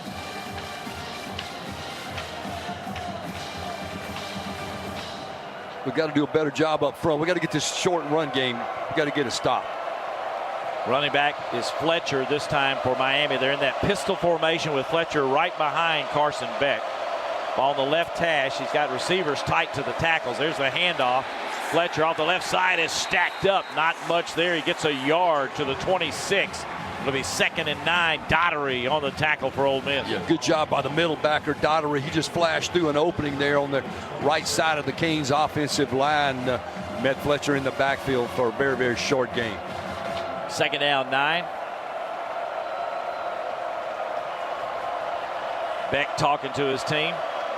Same formation. Actually, this is going to be running back off the right shoulder. There's the snap. Out route near side. Got his man caught by Marion. Tackled at the 30. Keelan Marion out of Atlanta, Georgia, was hit by Graves as soon as the ball got there. Ends up being a 4-yard gain. Miami is left with a 3rd down and 5 at their own 30. Yeah, good open field tackle there. We talked about making good tackles. Good job there getting the wide receiver down after the quick out. Graves started his career at Miami, as we told you. Cole is back in the game for Ole Miss, so that's good to see. From the 30, 3rd and 5 for Miami. 2 receivers wide out to the left, the wide side of the field. Now they sidestep in motion. The tight end going to throw the far side, and we left him wide open for a first down. My goodness. Marion ran an out route with busted play by Ole Miss. Nobody was over there. Easy first down as Graves broke back toward the middle of the field. Let's check with John Darnell. They're going to put that at the 44. It's a 14-yard gain. Yeah, just a deep out route and a good route by the wide receiver. And yeah, Graves just got lost right there. And Beck had plenty of time to make a good throw for a first down. Yeah, Graves was playing zone defense, turned inside, completely had his back to the out route. First down for Miami at their own 44-yard line. 10-10 game, 2:50 to go, 2:52 until halftime. Quick out route to the tight end, Ballman. Ballman's knocked out of bounds on the sidelines by Todd Chambers. And they'll spot this one at the, well, let's see, officially it looks like it's going to be about the 47. So a gain of 3, 2nd and 7. Yeah, another short passing route, David. Nothing down the field, but just continue to hit you with 3- and 4-yard gains on these short passes. Trips to the left, twins to the right. It's an empty set for Beck. There's the snap. 3-man rush for Ole Miss. Beck's got a lot of time, runs to his right, fires deep over the middle, got a man wide open, caught, touchdown. As they got Marion on Daugherty, he could not stay with him. Easy TD at a 6-7-yard run. And boy, the Rebels had 2 terrible busted plays, or unable to cover in the passing game. And Miami's back on top, 16-10. Yeah, secondary just went to sleep, David. Tight end just ran right by Daugherty there, but the other 3rd and long, we had a chance to get off the field and didn't get that done either. But not plenty of time to throw for Carson Beck. He did scramble out to his right for just a bit, and he's a right-handed passer. Just threw a strike down the field, and Hurricanes are lined up for the extra point. Only the 2nd touchdown catch of the year for Keelan Marion. Point after attempt is good for Carter Davis, and Miami's up 17-10 with 2:18 to go here in the first half. They called that officially a 52-yard strike to Marion. And, boy, John, we just did not cover well on that one, did we? Yeah, he came from the backside. Daugherty was actually covering him on the other side of the field. And when he started scrambling, Daugherty just lost him right down the middle of the field. The receiver did a good job just running to open space, and Beck found him for the touchdown. Yeah, Daugherty looked back in the backfield, John. That's a no-no when you're playing man coverage. He looks back in the backfield, and the receiver kept running on the post route and just simply was wide open. Yeah, well, the good thing about it is they left us 2 minutes, so maybe we can go down and get some points right here because they do get the ball in the second half. Yeah, excellent job by Carson Beck, though, to get in position, get away from the rush, and find the man down the middle. 5 plays, 75 yards, 2 minutes and 20 seconds, a 52-yard touchdown from Beck to Marion. Yeah, you don't want your middle backer to have to cover receiver running deep routes, but that's exactly how we got matched up right there with the trips to the left side. And Daugherty just did that thing you can't do as a defender. You can't get your eyes back in the backfield, lose coverage, and that's exactly what happened. Carter Davis on the kick. Again, a touchback out the back of the end zone. Kick return, might as well just start spotting at the 25. Unless there's an intentional reason to kick it to him to let him try to force him to return it, because these two kickers are just dynamic. Big legs, absolutely big legs. Now the Rebels have got to try to get down and respond to that huge play there. That's a big chunk play from Miami. Usually gets a crowd back into it. And, with the momentum, Rebels would love to answer. All 3 timeouts left. Plus you've got the 2-minute timeout. So 2:18 to work with. Rebels trail 17-10. Caleb Odom's in for the first time. The tight end H-back sophomore from Carrollton, Georgia. Transfer from Alabama. He is a H-back right off the right tackle, Williams. Now he comes in motion in the near side. There's the snap. Fake on a handoff. Quick pass near side to Odom. Makes the grab, but he steps out of bounds. They blow the whistle at the 28-29 yard line. Well, you got him in the flat quickly, David. He was open. Unfortunately, the big 6'5" guy just took a step backwards and hit the out-of-bounds marker. 4-yard gain to the 29. We got a time call. This is the 2-minute timeout. 2-minute timeout. So it ended up being a 4-yard gain. Ole Miss will have 2nd and 6 when we resume action. We're at the 2-minute timeout. Our score is Miami 17, Ole Miss 10. We got a good one here in the Fiesta Bowl. We'll take a break as you're listening to Ole Miss football from Learfield. Trey Willis, left tackle. Marshall Jones, wide receiver. -11, though. Beck is 14 of 18 for 156 and a touchdown. Rebels trail by a score of 17-10 with 2 minutes to go here in the second quarter. The Rebels looking at a 2nd down and 6 from the 29-yard line of Ole Miss. Daquan Wright is back in the game. He's wide to the left with 3 receivers there, Lee and also Alexander. Wide right is Wallace. The lone back on the right shoulder is still Diggs. We'll get you an update on Lacey here in just a moment. Daquan Wright goes in motion, now stops behind the left tackle. Pounds. There's the snap. And it's a handoff to Diggs, working the middle, and Diggs gets across the 30 to about the 33-yard line, which will be a pickup of 4, 3rd down and 2 coming up. Saint and Scott on the tackle. Injury updates brought to you by Richard Schwartz and Associates, your Mississippi injury law firm. One call, that's all. What about Kewan Lacey? Yeah, they put another wrap on his hamstring, and they're going to try to do something else at halftime. He's on the sideline. He can go in. I think they're just trying to wait till halftime to put that other wrap on him.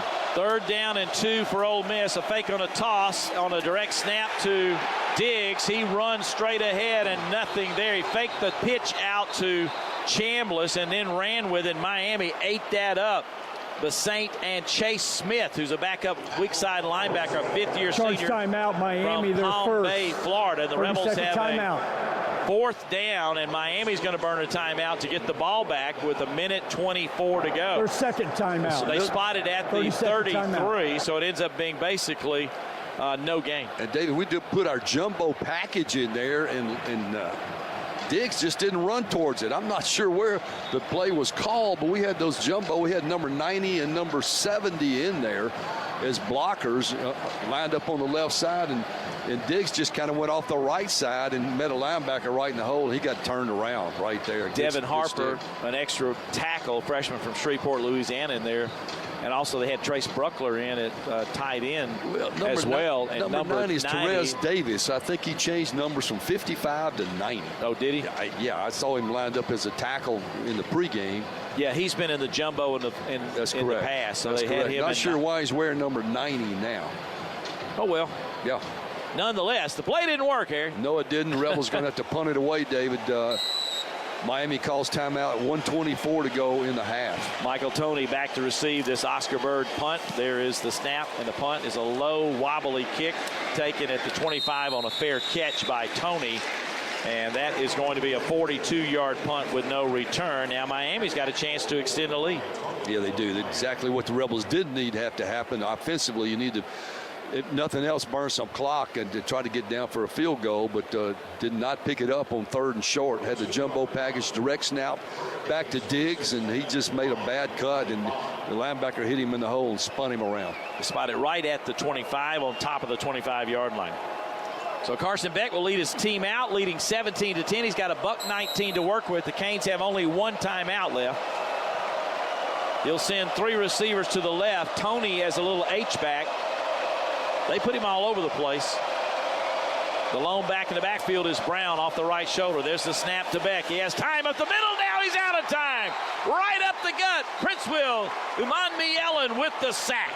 Yeah, good job there of twisting inside, David. He was the outside defensive end, twisted inside. Came by timeout. Ole Miss, their first 30-second timeout.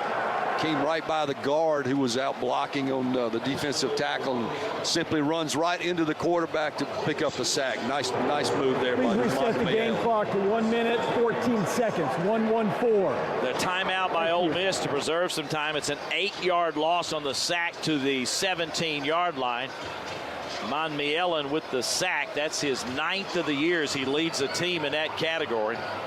So 2nd down and 18. And, John, it was kind of a delayed blitz, looked like, or somehow he got to the middle, came right up the gut. Yeah, it looked like some kind of twist right there. Good coverage. It gave us time to get back there to make the sack, but a big sack because they were full go trying to get more points. I don't know what they'll do here. They may try to just run out the clock now. 17-10. Miami leads. 2nd and 18. From the 17 of the Canes with a $1:14 to go in the second quarter. Ole Miss can stop the clock, though, 2 more times. Trips to the left for Miami. Brown, the running back, and a pistol right behind Beck. He brings a tight end in motion, Ballman, and settles him behind the left tackle. There's a handoff straight up the middle. Stacked up after maybe a yard or two is Marty Brown and driven back. And let's see if the Rebels use another timeout. Charge timeout, Ole Miss, their 2nd. The tackles by 30-second timeout. Franklin and Yates, and they will call the timeout as a 2-yard pickup to the 19-yard line. Miami's got a 3rd down and 16, but Ole Miss still has one more timeout. Yeah, they do, David. William Eccles flashed across, did not make the tackle in the backfield, but caused the running back to change locations and what gap he was trying to hit, and a couple of Rebels finished that off. But a good job by Eccles getting pressure on the running back. We'll have our Ford halftime show coming up. Halftime show is brought to you by our Ford dealers, the Mid-South Ford dealers, where you'll find a tradition as strong as the Rebels in Ford F-Series, America's best-selling trucks for 47 straight years. Dan Courts will have that in a moment. Got a 3rd and long here, David. Certainly I want to get a stop. From the 19-yard line, 3rd and 16. The Rebels have extra DB back there just in case they think about throwing it. There's the snap. It's going to be a handoff right up the gut, and breaking tackles but not finding an opening. Gets out to the 24 is Brown. But he killed a little bit of clock just on that run. And the Rebels will use their final timeout. It'll be a 5-yard gain to the 24. Charge timeout, Ole Miss, their 3rd and final timeout. So the Canes will have 4th down and 11 and will have to punt. So the Rebels get the ball back with a little time left and no timeouts to use. But Kite and Harris finally got him on the ground. Yeah, the sack was huge in this particular defensive stand, David. That put Miami well behind the chains to get started. And, of course, they run the ball 3 straight times to burn the Ole Miss timeouts. And we'll get the football back, but a long way to go with no timeouts. Harrison Wallace back to receive the punt, and Dylan Joyce is set to punt it away from the line of scrimmage of the 24 for Miami. 4th and 11, 1:02 to go until halftime. Miami 17, Ole Miss 10 is our score. Remember the Sugar Bowl, the Rebels trailed at the half, came roaring back in the second half to pull it out and get the win. Running to his right and now punting away. High punt, end over end. It's going to be a fair catch and taken at the 31 or 32 by Harrison Wallace. It will be about a 44-yarder. We'll see what they officially call it, but the Rebels will have the ball with a little time left to try to get down the field, get some points. Yeah, we surely like to, David. Worst case scenario is try to get it down for a Canero field goal. But the Rebels have got to get some quick hitters. Got to use the sidelines to get out of bounds, or at least pick up first downs to get the clock stopped.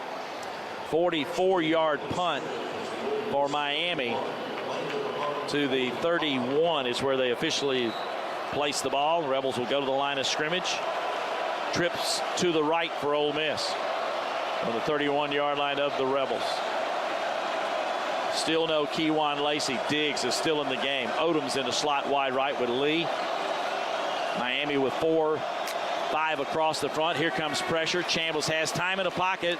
Dumps it to Diggs underneath. He makes the first man miss, gets to the 35 before he's knocked out of bounds here on the near sidelines. He's kind of a safety valve. Toure on the tackle there. John, what are they covering us pretty good downfield? It seems like that Chambliss having trouble finding people deep. Yeah, they are, and that was a good job. And we had some success with Diggs out of the backfield this year.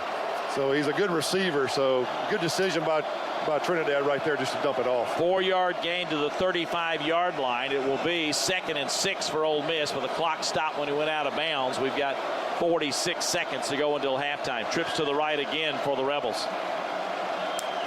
There's the clap by Chambliss. Here comes pressure off the edge. He fires a hitch route. It's going to be caught at the 45 on the right-hand side on the seam over there by Wallace, tackled by Thomas immediately. It will be a 10-yard gain. Let's say they put it at the 44. So it's a 9-yard gain, a bank first down for Ole Miss. The Rebels with an empty set. Go right back to a quick snap to the sidelines of Wallace. He gets it, steps out of bounds around the 50. Trying to get into Carnero field goal range is what the Rebels are doing here. They'll put it to Miami 49, so a 7-yard gain, 2nd and 3. Clock stops with 32 seconds left. Yeah, good job there. Just a quick throw with 5 wide. Nobody helped protect Trinidad, but he got it out quickly for a nice out. Lee and Stribling are wide to the left. On 2nd down and short, back to throw, Chambliss. He's got a hitch route to Lee, makes the catch to the 40 of Miami. That's a 9-yard gain. And another bank first down. That will stop the clock momentarily as the Rebels will rush up to the line of scrimmage. It's 1st and 10 at the Miami 40 with 26 seconds left. Quick snap, and he spiked it to down the ball, and that was very well done. We went from 32 seconds to 24. It'll be 2nd down and 10 from the 40. That'll basically be in range, but you'd like to get closer for. Yes, you would. Yes, you definitely would. Like to get 7. Miami's playing zone defense all over the field. Now they're going to call their last timeout. They don't like what they see defensively. Last timeout for Miami. Ole Miss is out, so no more TOs in this one. Charge timeout. Miami, their 3rd and final timeout. Miami 17, Ole Miss 10. 24 seconds to go into halftime. The 2nd and 10 from the Ole Miss 40. They're showing Jackson Dart on the screen right now. He's wearing an Ole Miss baseball shirt. Gotta love that. Rousing ovation from the Ole Miss crowd, of course. We told you that Jackson is here, Eli Manning here, Patrick Willis, among many, many others. Yeah, it's good. A lot of veterans come back for this one, David. Four teams standing, and we're one of them. What would you run here, buddy? I'm going to put you. Well, it looks like they're dropping 8 right here, so something underneath maybe. And just keep pushing it down the field, get in field goal range. 24 seconds, you can run a few more plays maybe if you don't get tackled before the first down in play. Just find some openings in that zone and make sure you get it beyond the first down marker. Stop that Diggs clock. is still the running back. Gun formation for Chambliss. 2 receivers left, Lee and Stribling. Lee comes in motion now, back to the line. There's the snap. Chambliss is going to fire, and it's going to be deflected. Should have been intercepted. He was trying to get it to Odom, I think, but Dylan Day, the backup safety, who is from Baton Rouge, Louisiana, stepped in front of that, should have picked it. Probably why he's a DB and not a receiver. He was trying to get it to Caden Lee behind. He was running another out route. I'm not sure why. He had Odom open in front of that on the out, and then he's trying to get Lee a little bit further out, and flashing the pass was Day. He really should have picked that off. That's not a good throw right there. 3rd down and 10 for Ole Miss from the 40. 19 seconds left. There's the snap to Chambliss. Out route this time dropped. The 35 in and out of the hands of Odom. 16 seconds left is 4th down. Yeah, needed to have that, David, for sure. That would have picked up another 5 or 6, 7 yards, made this maybe a little more of a chip shot. He's going to kick it from the 47. Yeah, the field goal attempt here, the 48-yard line, it looks like, will be a 58-yard effort. He had a 55 and a 56 against Georgia in the Superdome. This would be his career longest. Carnero is 9 of 10 beyond the 50 in his career. Snap back and down. He's got the kick. He's got the distance. Is it there? It is good! Oh, my gracious! What a kick by Lucas Carnero. Back him up to our 30. I think he'll still hit it. Unbelievable. The guy's just absolute money, David. 50. I watched him pregame. He was backed up kicking them that long. But that upright gets awfully small when you're looking at it from 58 yards out, and he just simply nailed it right down the middle. Rebels pick up a score there to cut the lead from down to 17-13. That was big going into the half. Now you got to kick the ball off, let Miami run the clock out. They're going to get the football to start the second half, but that was a huge drive to get to 3 points. 11 seconds left to go until halftime. That cuts it to 17-13. 8 plays, 29 yards, 44 seconds. Officially a 58-yard field goal for Carnero. He just keeps breaking his record. 55, 56, 58. I think that's the longest one on the year, right? 58? Yeah. I mean, I know that's a silly question, but he's kicked so many over 50, it's hard to keep up with him. 17-13. In fact, Carnero now on the year is 4 of 5 from 50 or better. Here's the kickoff, and that goes out of bounds. Well, he didn't want to mishit that, but he did. No, he didn't. That's not what you want to do. They're going to get the football to 35. May take a couple shots here. Kickoff out of bounds. Kicking team. Ball be placed at 35-yard line. First down. It ends up being the 58-yard field goal is the second longest in Fiesta Bowl history. Man, who the kicked record the first at Ole one? Miss is 59 by Clinton. And Jake Moody of Michigan hit a 59-yarder. Wow, he's in the NFL today kicking. I saw him over the weekend kicking for somebody. But this young man right here, and I know that after next year will be in the NFL for sure. Miami's going to take 35-yard line, but Miami is going to take a knee, and in the half, Ole Miss and Miami will go in at the break after a physical first half. Tight game, 17-13 Miami. We're going to get John Darnell an opportunity to visit with Pete Golding right after Laura Rutledge talks with him and get his thoughts before we go to our Ford halftime show in just a matter of moments. But here at the half, 17-13 is our score. Miami with the lead in what has been an outstanding semifinal game in the college football playoffs. And JD standing there with our sports information director, Kyle Campbell. As soon as Pete gets through with Laura, we'll have a chance to be able to talk to him. Get ESPN out of the way, David. Laura Rutledge, she gets privilege here. She's been doing this for a while. She's a Florida Gator up here watching those. Better after the second half. That's exactly what needs to happen here as we face a really good run game by the Miami Hurricanes. Rebels were down against Georgia, 21-12 at the half, That's down correct. 9. So we're down 4 here. It's a heck of a first half, but boy, you can point to a lot of things. I would think if I'm Miami, I'm thinking, we only got a 4-point lead and really did more positives than Ole Miss. But of course, they had the busted play on the run by Lacey. Here's the kick by Carnero, and he's going to kick that one throughout the back of the end zone. You know, we saw him look like he kind of pulled up around the 10, but finished the run to get the TD, and then didn't play the rest of the half. Diggs went the rest of the way. We'll see if we're going to see some Lacey here in a bit. But right now here, it's the defense's turn. Right now, it's a defensive struggle for the Rebels, David. A lot of things we didn't do well the first half. We've got to shore that up. I'm sure Pete Golden and staff addressed that at halftime, but it's basically you got to win the line of scrimmage. Andrew Jones, too, I guess, John, still not available, right? He's street closed and out. Yeah, he's out. Well, you hate that. He got hurt early in the game. All right, here we go. And the snap to Beck. He's going to hand it off to Fletcher first play. Straight ahead, they want to play power football some more, and they'll get a 3-yard gain to the 28. It'll be second down 7. Yeah, tackled there by Perkins. Nothing's changed there, David. Just going to keep nickel and diming you, trying to pick up 3 and 4 yards a run and follow behind that big offensive line. And Their left tackle actually played at Holmes Community College. He's a Mississippi kid. From the 28-yard line, it'll be 2nd down and 7 for the Canes. Ball toward the right hash. One receiver wide out left is Marion. He heard us in the first half. There's a pass to Marion, a good coverage by Graves. It was low at his feet as he ran a little hitch around the 36 toward the sidelines, and Graves was right there. 3rd down. Yeah, look back stop. Receivers stopped and turned around, but Graves, great coverage there. Simply had no way to catch it with one hand. Marion was trying to hold him off with the left hand and catch it with the right hand. Iman Mielen has checked in for Harris to give you a little bit better rush. In fact, the Rebels stacked in tight. 3rd down and 7 for Miami from their own 28. Beck goes up and says something to his center. Brockermeyer now drops back. Play clock winding down.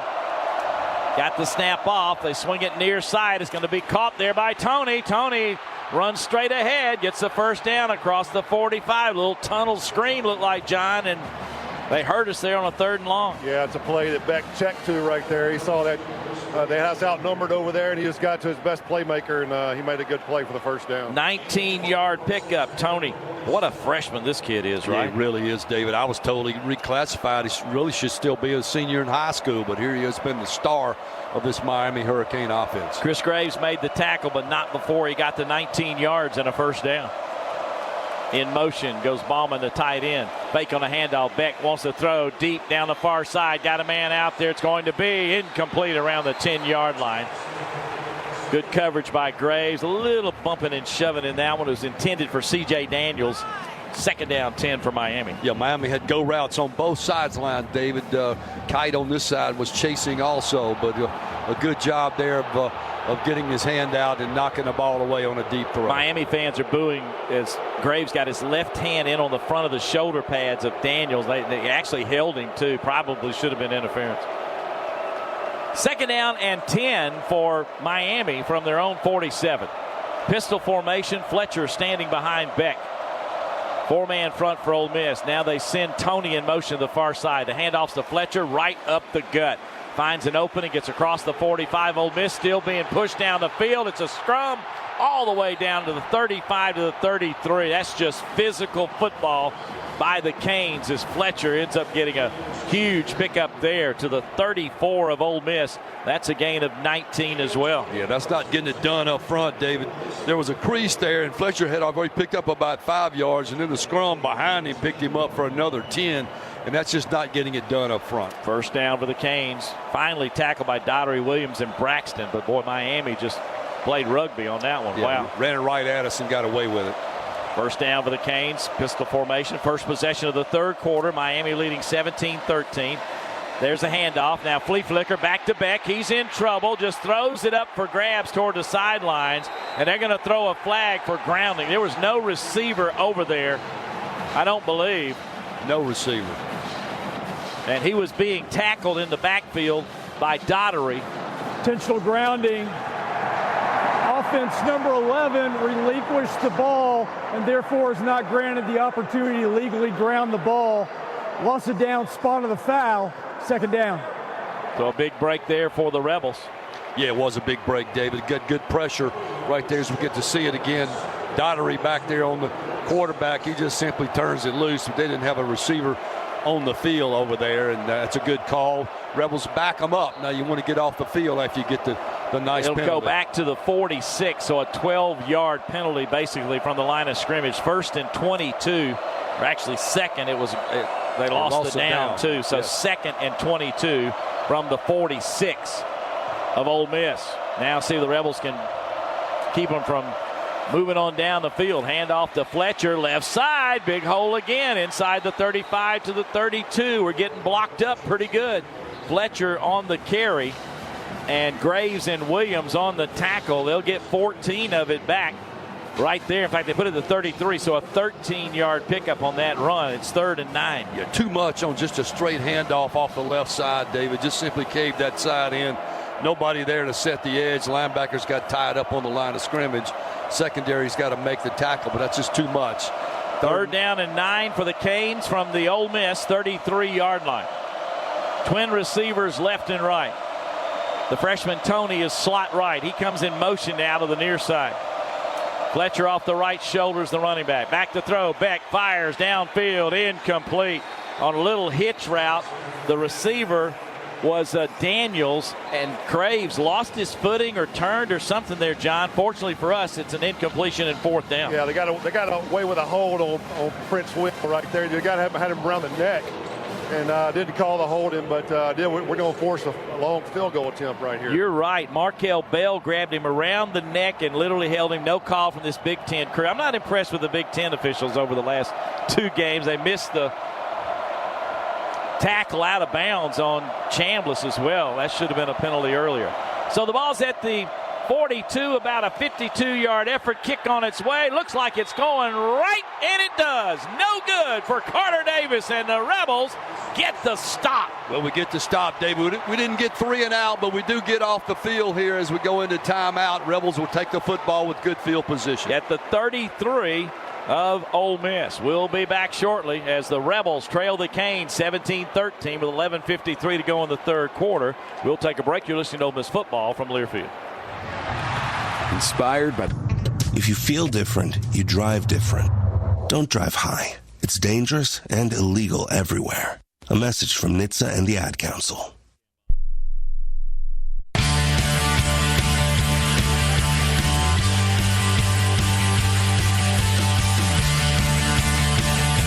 Ole Miss takes over to the 33-yard line after the missed 51-yard field goal effort, trailing Miami 17-13, 11:53 to go in the 3rd quarter. First offensive possession for Ole Miss second half. Fake on a handoff. Pass far side Stribling. He's got it. First catch of the game for Stribling. He had none in the first half. He caught it over Xavier Lucas. There's a quick hitter and a bank first down for Ole Miss all the way to the 46 of Miami. A 21-yard pickup. The Rebels go right back to the line of scrimmage. Boy, good to see Stribling now in the mix. Over the middle, hitch route, caught at the 45 and stuck was Caden Lee like he got hit at Georgia. Held on to this one, though, for another bank first down. Yes, he did, David. Number 19 found a hole in the zone, but he got smoked right as he caught the ball, held on to it. Rebels moved those chains. So the 34, that was a 12-yard pickup for Lee. First down for Ole Miss quickly to the Miami 34-yard line. Quick pass. Oh, that should have been picked off. Boy, we had a huge break there. He's trying to get it to Stribling. Flashing the pass was Jacoby Thomas. And, John, that was right in his gut, and he dropped it. Yeah, it was. These safeties really break on the ball good. They come up and take on the run good, and they also break on the ball good. They're fast. Lead the nation in sacks. One of the best teams defensively in the country. Had a shot at that one. And Jacoby Thompson, who's got 5 interceptions, had a 6th one but couldn't hold on. Trips to the right, 2nd and 10 with the 34. Here comes pressure. Terrible throw. I don't know if Wright got caught by the DB, but Chambliss threw it between 2 receivers. I don't know who's intended for, either Lee or Wright, but incomplete 3rd and 10. Yeah, Lee was flashing. He was going on a skinny post, David, and flashed open. If Trinidad just held the ball another second, he could have thrown the ball deep to Lee. And pressure may have, that clock in your head, he's probably got this team figured out how quickly they're getting back there. He threw it a little bit early and hard, and nobody came up. So the Rebels looking at 3rd down and 10 from the 34. Here comes the blitz. They pick it up. Chambliss fires, and it's caught, dropped, and then was it picked up for an interception? No. Wallace had it, couldn't hold on to it in a hitch route in traffic. Came out of his hands, fell on the ground, incomplete. It'll be 4th down. Yeah, definitely threw it into traffic without a doubt, but good defensive play there by number 24. Boy, that was almost early. Then it was bounced around and almost intercepted, but it hit the ground. Yeah, Chambliss. They had a tip ball drill. Yeah, tip ball drill going with 4 Miami guys there. So a field goal effort for Ole Miss from the 41, a 51-yard attempt for Carnero. He's 10 of 11 on the year from 50 plus. The kick is on its way. It hit the left upright, no good. Well, he's human. He really hit it well, had the distance, but it hit the left upright, John, and was no good. Plenty of distance and just hooked it to the left a little bit, and it did hit the upright. But, yeah, a tough break there. To not get any yards after we had that first down and go be 4th and 10 right there. All right, we'll take a break. Still the score the same. Neither team scores on their opening possessions of the third quarter. Still 17-13 Miami. 10:56 to go on quarter number 3. We'll be back as you're listening to Ole Miss football from Learfield. Enjoy more ways to save at Kroger, like low prices in every CT scan. If you smoked, get scanned. Talk to your doctor and learn more at savedbythescan.org. Brought to you by the American Lung Association and the Ad Council.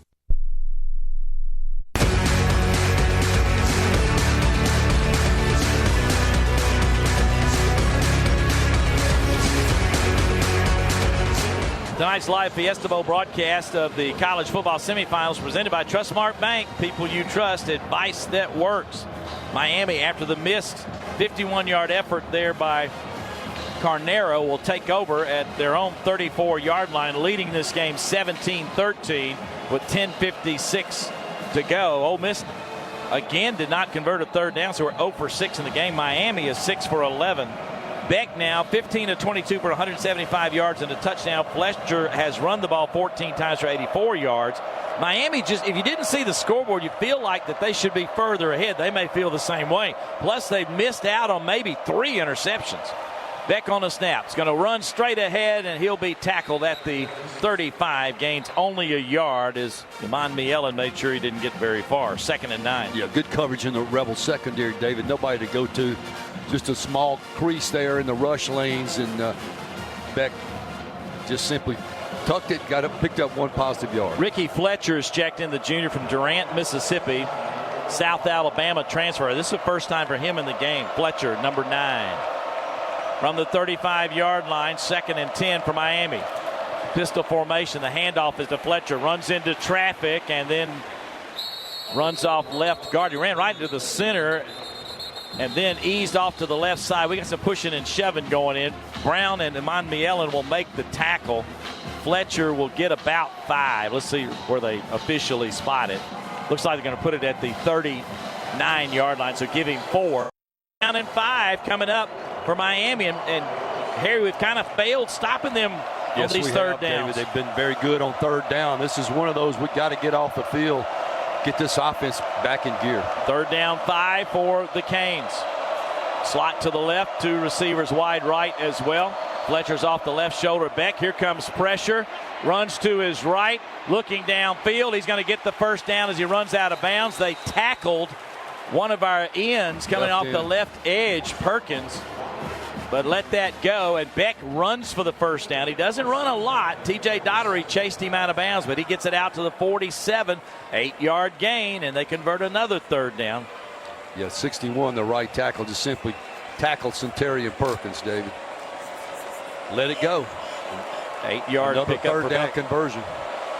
First down for the Canes at the 47 of Miami. Pistol formation. Fletcher, handoff to Fletcher. Goes off right tackle, gets to the edge, and will be pushed out of bounds as he picks up a few yards. Tackled there by Kite. Kite pushed him away, about a 5-yard gain there. Again, Miami will take these all day long. They put it at the 48, so it ends up being a 5-yard pickup. 2nd and 5 for the Canes. Yeah, that's exactly their run game, David. Whether it's inside or outside, they're just shooting for that 3 and 4 and 5-yard gain and continue the drive down the field, burning clock. Cam Franklin's wearing one of those protective padded on his helmets, over the helmet, you will. Yes. And there's a give straight up the middle by Fletcher, and he's dropped by Eccles. And Franklin had the concussion last week against Georgia, but playing here tonight, playing well. Yes, this will be to the 46 and a gain of 2. Miami with a 3rd down and 3. Well, they like to pound it, run it at you, but you also like to hit receivers in the flat, so you want to be aware of both of those, David. You got to control the line of scrimmage. Time of possession is going to really be a story on our defense if it doesn't turn here pretty soon. 25-51 to 8-13. Handoff left side, 1st down for Brown as he worms his way inside the 40. And again, it's just between the tackles and gets the 1st down for Miami. Perkins and Williams on the stop. They spotted at the 39-yard line, a 7-yard gain. Yeah, Brown and Fletcher just complement each other, David. They do a good job of substituting those guys and simply continue to wear you down with the run game. No pass in this possession so far for Miami. 7:24 to go, third quarter. Canes lead 17-13 from the Ole Miss 39-yard line. Hand off to Brown, straight ahead, knocked off his feet at the 36, looks like maybe the 37. Short gain on that one. Jaden Yates in the game on the tackle along with Perkins. And Brown again, just a handoff and run. They put it at the 37, a 2-yard gain, 2nd and 8. Nothing fancy, David. Mario Cristobal is a former offensive tackle for the Canes. He just likes that big offensive line, get a push and give you to a big back, and we'll just eat your clock and continue to push the football down the field. Marty Brown's off the right shoulder of Beck here, 2nd and 8 from the Ole Miss 37. Tony goes in motion to the far side. Flags flying all over the place. Got a false start, looks like, on Miami. And it should false be. Start. Offense, number 73. 5-yard penalty. 2nd down. And that's backup right guard Inez Cooper, a senior from Pleasant Grove, Alabama. 5-yard penalty, bring it back to the 42, which is kind of interesting. That's what Miami's sort of been doing, John. They're moving along, and all of a sudden they had a untimely penalty. Yeah, that's right, and that hadn't seemed to hurt them much. They picked up nearly all our 3rd downs. 2nd down and 13 from the 42 of Ole Miss. Left hash, slot to the right. The freshman sensation Tony in the slot. Ballman goes in motion. There's the pass, hitch route, dropped. That should have been caught at the 35-yard line by JoJo Trader. He tried to run before he caught it there, Harry. 3rd down. Definitely, David. We're running zone coverage. I thought we'd play in man when the Tony flashed across in motion, but the tight end just settled in a spot there in the zone and should have caught it. A little bit high, but should have caught it, and it would have been a big gainer. Right at the 35-yard line, right in his hands. He was going to turn and try to run for the 1st down. Well, we got to get him off the field on 3rd down. 3rd and long here. 3rd and 13 for the Canes from the Ole Miss 42. Beck takes a snap. Here comes pressure in the pocket. Steps up, wants to run. Runs to his left. He's got room and gets all the way down to the 30-yard line and another, or close to the 1st down. We'll see. Daugherty makes the tackle. I think they're going to put him down at the 31. Boy, let the quarterback break and go. That's an 11-yard pickup, but now Miami's got 4th and 2. Yeah, and Rebels only rushed 3. David dropped 8, but once again left that rush lane open for the quarterback, and he took advantage of it. Big play here for both Miami and Ole Miss. The Canes leading by 4. They want to keep this drive alive. Rebels need a stop on 4th down. It's 4th and 2 from the 31-yard line of Ole Miss. Pistol formation, Brown behind Beck. The handoff is to Brown. Straight ahead, he gets the 1st down easily, and the scrum gets him even more inside the 25 to the 27, a gain of 4. Well, this is old-fashioned football, David. We hadn't seen this kind of run offense all season in the SEC, but just simply run it right and left. You get beyond the line of scrimmage, and that big offensive line gets behind you and pushes you forward for another 5 or 6. But it kills clock, burns clock, and continues to pick up the 3rd and 4th down conversions. He got 9 yards to the 22. 1st and 10 at the 22-yard line. 5 minutes to go in the 3rd quarter. Williams and Yates finally got him down. Give to Brown again, up the middle again, and another positive play inside the 20 to around the 17. Got 4 or 5 on that one. Marty Brown on the tackle. They say knee down at the 19, so give him 3. 2nd and 7. Look, this is the same type of offense we saw against Georgia, David, except obviously more extreme, and they just continue to pound the football with the 2 big backs in Brown and Fletcher. 18 1st downs for Miami, 8 for Ole Miss. From the 19-yard line, 2nd and 7 for Miami. Canes leading 17-13, 4:20 to go. Hand off to Brown again. This time we get somebody off the edge and drop him at the 20. That's Xavier Harris who got underneath. And that'll be a 1-yard loss, looks like. So 3rd and 8. Yeah, much better at the line of scrimmage, David. We had a little scrum match in the back of the backfield, knocked one of our defenders' helmets off, so we got to make some substitutions here. But Rebels expecting a pass here as we bring in extra rushings off the end. 3rd down and 8. Can the Rebels get them off the field on 3rd down? They're 8 of 14. Ole Miss is 0 of 6. Yeah, desperately need a stop here to try to hold the field goal. They put him at the 19, so technically no gain. So it's 3rd and 7 for Miami from the 19-yard line of Ole Miss. 17-13 Canes. They bring a man in motion. Beck has got Fletcher off the right shoulder. Flags fly, and they get another false start. False start. Offense, number 73, 5-yard penalty, third down. Cooper again. 5-yard penalty to the 24, so 3rd and 12. But, John, you almost feel like they got us where they want us on these third and longs. The third down and longs, the penalties, they have not. We've not taken advantage of that. No, we haven't, John. They've been running the football. Obviously, Ole Miss is expecting pass right here with some edge rushers been substituted in. We've got to get to the quarterback. Wide out right will go C.J. Daniels. Played at Liberty and LSU. We faced him a year ago in Oxford. 2 receivers to the left. There's the snap. Back to throw. Beck in the pocket. Has time. It's batted up in the air and picked off by Ole Miss at the 14-yard line. A diving effort by Kapena Gushigan. And that will be his first INT of the year. On the field's an interception. Timeout on the field.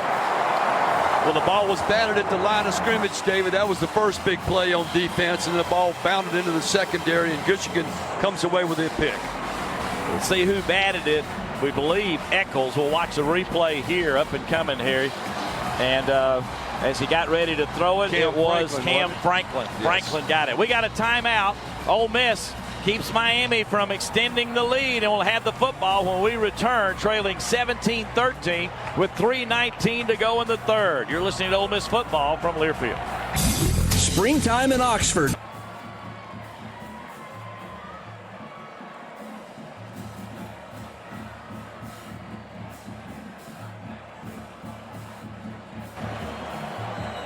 Ole Miss will start at the 14 after the interception by Gushigan to stop that Miami drive. They were killing time, moving down the field, but penalties hurt them.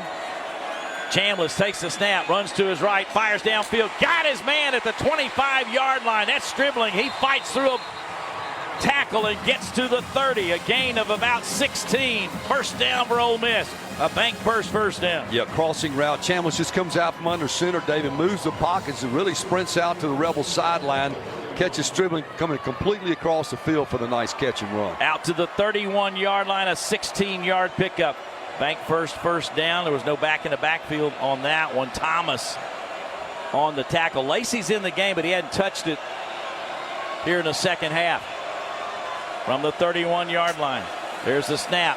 Fake on a handoff. Chambliss steps up in the pocket. Got to throw it. He's going deep. He's got Wallace downfield. It's deflected and almost intercepted. Throw was a little bit under and deflected up in the air by number 6, Lucas. And then O'Connor almost picked it off. Lucas tipped it. O'Connor had it in his hands as we watch the replay. And oh my goodness, here it goes again. Yep. Man, that's the 4th time, John, they should have gotten an interception. Backside corner, I believe, is the one that fell back in there and caught up with the post route and just made a good play on it. Yeah, that's right. 4th interception. This is a tip drill you work on all the time. Fake on a handoff. Quick pass. Far side's going to be caught over there by Stribling. Has a stiff arm to get to the 45. He's got a first down. Yeah, the corner fell. Stribling absolutely put the corner on the ground when he ran his route. Came back with a little hitch. Great throw out across the field by Chambliss, and then Stribling, as he does so well with the football, runs for the first down. 13-yard gain. Another bank first down to the 44. The snap, the fake on the handoff. Chambliss runs right, fires to the sidelines, and it's going to be caught working the sidelines on a great catch is Deuce Alexander. John, he had to tiptoe the line there. A good job by Trinidad to feel pressure and move to the right, and a great catch there by Deuce to keep the speed in bounds also. To the 49 of Miami. That's a 7-yard gain. It'll be 2nd down 3. Rebels on the move, trailing 17-13. A minute 50 to go, third quarter. 3 receivers wide to the left. Ball's on the right hash. Fake handoff. Quick pass out to Lee. Lee's got it. He's down to the sidelines, the 40 to the 44, and knocked out of bounds. Quickly, he hustled to the sidelines, angled over there to get another first down. Poser and Lucas on the tackle, and the Rebels moving down the field. Needed to stay on the field. The defense needs some rest. Good gracious. All the way to the 37. This was a pickup of 12. Another bank first down. Good job by Lee of feeling pressure once he caught it in the slot, getting outside and getting beyond the first down marker. 3 receivers left to the right. Chambliss in the backfield by himself. He's going to fire far side incomplete. Boy, he had Stribling open down the sidelines. Just didn't see him. He looked at one man out route to Lacey, who was as a receiver in the slot over there, incomplete. But boy, he had Stribling open deep. Yes, Second down yes, he did. and 10 from the 37. But we went empty in the backfield, David. They brought blitz off the corner, and he was right in Trinidad's face. He just simply had to get rid of it. Aguirre has come in at linebacker, middle linebacker, and Chase Smith for Miami. Second and 10 for Ole Miss from the Canes, 37, left hash. Lacey off the right shoulder of Chambliss. Fake to Lacey. One-on-one near side, incomplete. Alexander couldn't get to it. Around the 10-yard line, Chambliss thought maybe he got held a little bit. Covering was Ethan O'Connor. Third down and 10. Didn't put much air under that one, David. Just kind of had a flat throw, and I actually thought the corner held Deuce Alexander, but he couldn't get away from it. It looked like Deuce was trying to hold him off, and it cost him in the route. He couldn't get to it. Another third down conversion Trips to the right for Ole Miss. One back in the backfield again is Lacey off the left shoulder. Daquan Wright is a tight end left. Alexander in motion, gets over closer to the other two receivers for a bunch set. Chambliss a throw, being chased up the middle, trying to get away. He cannot. He'll be spun down right there at the line of scrimmage. Good pressure by Miami. He couldn't get the ball out of there. It'll be fourth down. Blunt, or Mondo Blunt out of Fort Lauderdale, a backup defensive tackle, a sophomore. Made sure he didn't get away, so fourth down and 10. Yeah, Miami does a good job, David, on third down and long. They're going to bring blitz. They're going to bring pressure at you. Trinidad, good job just getting away from it to get it back to the original line of scrimmage for line up for a long field goal. Yeah, 44-yard line is where it'll be placed. A 54-yard effort for Lucas Carnero. Boys had a bunch of long-range ones. Carter snap. Bird holds it. It's a line drive sidewinder kick. It hits the upright, but this one goes through. We were talking during the break on the previous one that how in the world you can kick it 100 times, not hit it square on the left upright. Well, he hit the left upright again. This time, though, it was inside it just a little bit, and it bounced back in, and the Rebels have cut it to 17-16 with 22 seconds left to go in the third quarter. What a nice kick. The Rebels Can Do comes in red anytime Ole Miss goes for it on fourth downs. It's sponsored by Mid-South Ag Equipment, your North Mississippi Case IH equipment dealer. Getting the job done starts with choosing the right red tractor. Let Mid-South Ag Equipment help find the right red tractor for your operation with locations in Byhalia, no doubt. And gosh, I mean, the interceptions, at least 3 of the 4 were like 100% should have been caught, you think? Especially this long post route down here. That it was a tip drill. All the guy had to do was run under it, and he drops it. So, anyway. Carnero is ready to kick. He's hit the upright 2 times in a row. The first one came right back out. He hit it squarely. The second one deflected through the goalpost. And now his kickoff, and this one will go into the end zone as well. And Miami will start at the 25-yard line. You know, the problem has been with trying to get the ball away from them. And you know, they haven't scored much because they'll have a penalty or we'll make a play somewhere along the way. But it's just been boom, boom, boom, boom. 5 yards, 7 yards, 8 yards, third and whatever. And they seem like they converted. But Miami still does not have the points you would think that they should have in this game. Now they'll start at the 25. Let's see if we can somehow get them off the field quickly this time. Andrew Maddox has checked in as a defensive end. The freshman from Hattiesburg, Mississippi, Oak Grove High School, getting a chance to play. First time for him in a contest. And it looks like he's playing inside maybe. Yeah, he's got to be a D tackle. There's the snap, handoff to Fletcher, running right, zone blocking. They got big hole. He's got another first down, runs to the sidelines and pulled out of bounds. And again, Miami just killing us in the run game. Cole pushed him out of bounds. We'll see where they officially say he stepped out. Looks like it's going to be at the 40. So a 15-yard pickup on that run. First down, Canes. Yeah, obviously Miami's decided they're going to be able to gash us up front, David, and they're just continually running the football at us. The time of possession going into this one as the quarter comes to an end, indeed. 33-35 to 11-10. So we helped a little bit, but the discrepancy is huge. Fourth quarter. Well, who's going to make it to the national championship game? Ole Miss or Miami? There's only a 1-point difference. Canes 17, Rebels 16. This is Ole Miss football from Learfield. Trey Willis, left tackle. Marshall Jones, wide receiver. Alex Philbin, running back. 11 for Ole Miss. Miami, though, has had the ball 33 minutes and 50 seconds. Ole Miss 11 minutes and 10 seconds. Chambliss is 16 of 26, 153 yards. Lacey, 3 carries, 77 yards, has not had a carry in the second half. He had that long rushing touchdown. Beck is 15 of 24, 175 yards and a touchdown. Fletcher, 18 carries, 110 yards. Miami's got it at their own 40 with a first down and 10, leading by the 1 point. Fourth quarter, winner goes to Miami for the national championship. Swing route out to Tony. He makes the catch, runs to the 50, and pushed out of bounds. And, you know, Cole had a beat on him, but he pulled up instead of running through the pass, and then Tony caught it and made him miss. And another big gainer for the Canes, this to the 48 of Ole Miss, a 12-yard gain. Yeah, we had it diagnosed correctly. It was actually C.J. Banks, David, number 7. And he just pulled up early, and rather than running race toward Tony, he just raced him to the outside. Right. It was speed one. It was Banks that had the beat on him and let him get around. Cole made the tackle downfield. From the 48 of Ole Miss, 1st and 10 for Miami. They're going to give it off on a handoff, right side. Big collision at the 46 of Ole Miss. Fletcher, so he held him to a little bit shorter gain. Todd Chambers and T.J. Banks combining on that stop. They put it right at the 45, so a 3-yard gain, 2nd and 7. Yeah, just got to continue to get some stops some way, David. Got to get this football back, get Miami off the field, nonetheless get the Rebel defense off the field. They've been gashed. Fletcher in the game, wide out left, guarding the receiver over here. 2nd and long, and in trouble and sacked in the backfield is Beck.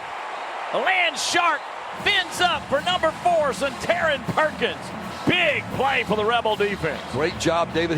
He was lining up as a linebacker inside at the last moment, flipped out to the left end, came off the ball in a hurry. Running back missed him from Miami, and he got straight to Beck for the big sack. And back to the 45, a 10-yard loss. Now, 3rd and 17. Now we have to get him stopped on 3rd down. No big plays. 3rd and 17 for Miami. Beck in a gun. He's got off his left shoulder. Fletcher. They're at their own 45 now after the sack by Perkins. 3 receivers right. 3-man rush. He's in the pocket wanting to run. He's in trouble. He's dropped at the 43-yard line. Sandwiched by William Eccles, who got there first and then helped out, I believe, by Perkins. But nonetheless, it'll be 4th down. Miami will have to punt away after a 2-yard loss. And the Rebels do get the stop, David, with a great pass rush there. I think once again we rushed only 3 and dropped 8, but we're able to get there to him with a 3-man. No, we rushed 4, but able to get there to him with Perkins and Eccles. 4th and 19. Booker will snap it to Joyce. Back to receive his Ole Miss's Wallace. Gets the kick away. Nice, high, sidewinding kick. Wallace calls a fair catch and grabs it at the 10. And that's where the Rebel offense will start, down by a point. Good stop by the Rebel D. Let's see if the Rebel offense can go a long way. 17-16 Miami. We'll be back as you're listening to Ole Miss football from...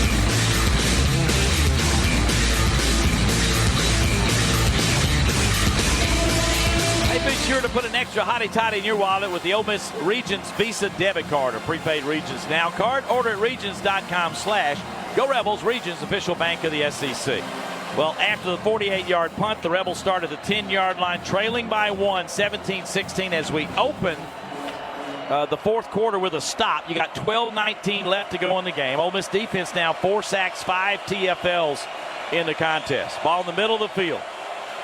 Trinidad Chambliss has Lacey in there, hands it off to Lacey. Left side, he is stacked up hard at the 9.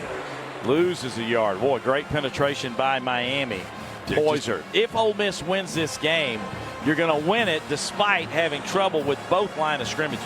Yeah, that was just a jailbreak there, David. The safety came offside and met the back in the backfield for a small loss. We'll say no gain. It sounds better. It's right shy of the 10. 2nd and 10. Here comes the blitz. Quick pass outright. Caught by Stribling. Lowers his head and shoves it across the 20 if they give him that. Nice effort. They're going to put it to 19. They said he didn't quite get there. 9-yard gain. 3rd down and 1 coming up. O'Connor on the tackle. Yeah, that's once a catch, good by Stribling, but then he just shows his strength to push the defender down the field. Came up a yard short the third down conversion we got to make. 3rd down and 1 from the Ole Miss 19 left hash.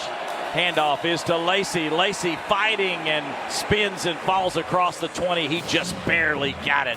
A bank first down for Ole Miss. That was a big one. And it was all Lacey, David. He was hit in the backfield and spun out of that tackle and was able to push across the 20 for the first down. Just shy of the 21, a 2-yard pickup. The Rebels keep it going. 1st and 10 from the 21. A little breathing room now. Fake to Lacey. Chambliss in the pocket. Throwing. He's got his man. Snagged at the 40-yard line by Wright. Helped out his quarterback. It's kind of up and high, John, but he hauls it in for a 19-yard pickup. Yeah, we've been waiting on Daquan Wright to get involved tonight, and a good job by Trinidad sitting in there and finding him open over there. Big target. 1st down at the 40-yard line. Bank first down of 19 yards. Now really in good shape as far as the field position goes. There's the give to Lacey, and Lacey lowers his head and plows straight ahead to the 43, maybe 3 yards, maybe 4. We'll see what they say. He went down. Toure on the tackle, the linebacker. Yeah, good job inside. David got a little crease there between the right tackle, right guard, and Lacey. You said it. He just lowered his head and pushed the linebacker backwards. 4-yard pickup to the 44. 2nd and 6. Give to Lacey again off the right side. He's got it to the 50 after breaking a tackle, then knocked off his feet at the 87 or at the 47. We'll see where they officially spot it. And, tackles forced, he was at 86 and was one of the best in the country coming in, 87, I think. Poyser on that tackle. It will be another bank first down as they spotted the 48 of Miami, an 8-yard gain. 1st and 10, Ole Miss. Yeah, nice cut at the line of scrimmage, and then Lacey does what he does, make people miss. So Lacey apparently okay with that hamstring issue.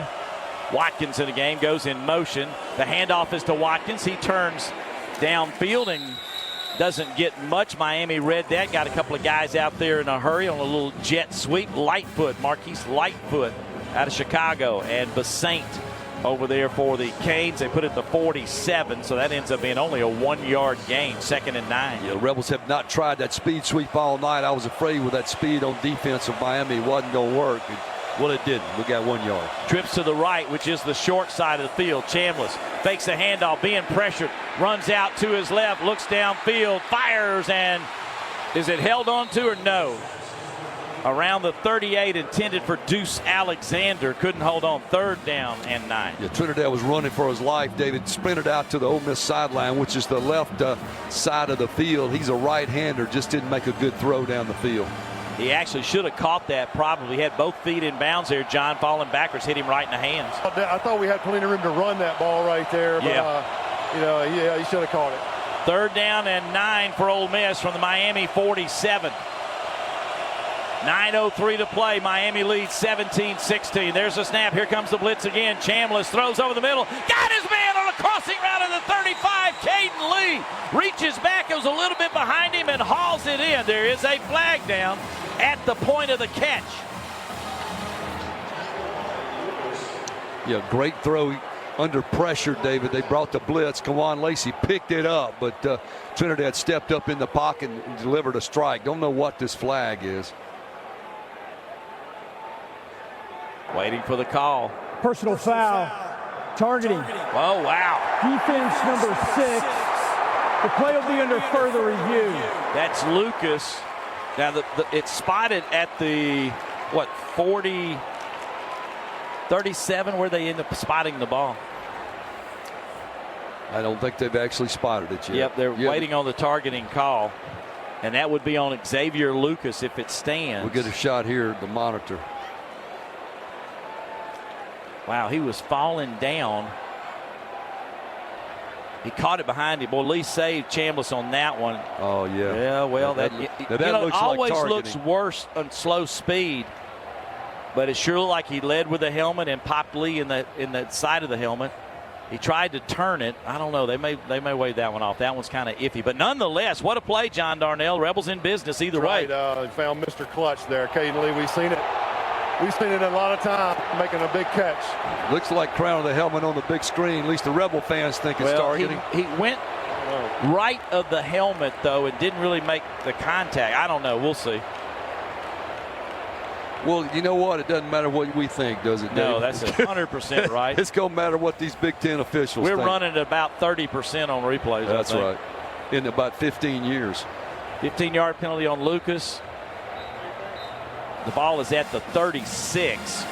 You know, I think it may stand. I think he did lead. He did lead with his head. Yeah, you're right. I don't know how you can take it back now. Well, yeah, it's going to stand because Mario Cristobal is livid. After review, the ruling of targeting is upheld. 15-yard penalty, automatic first down. Number 6 is disqualified for the remainder of the contest. That Xavier Lewis is out. Frederica, you know, is hurt. So they're getting slim in the corners, kind of like Georgia got slim in the safety spot with a targeting call in the Sugar Bowl. Now you've got the ball after the catch of the 36, 15-yard penalty is going to put it all the way down to the 21-yard line where Ole Miss has 1st and 10 with 8:54 to go, trailing by 1, 17-16. You got to finish this drive, David. The Rebels are not going to get a lot of opportunities. Here we are deep in the 4th quarter. You got to finish. A bank first down for Ole Miss via the penalty there. Jabari Antoine's coming in at corner. He's a freshman from New Iberia, Louisiana. On the 21, the handoff is to Lacey, trying the right side. Lacey sandwiched and dropped around the 16. We'll see what they give him. There comes another late flag. See what that one's all about. Rebel fans are cheering down there.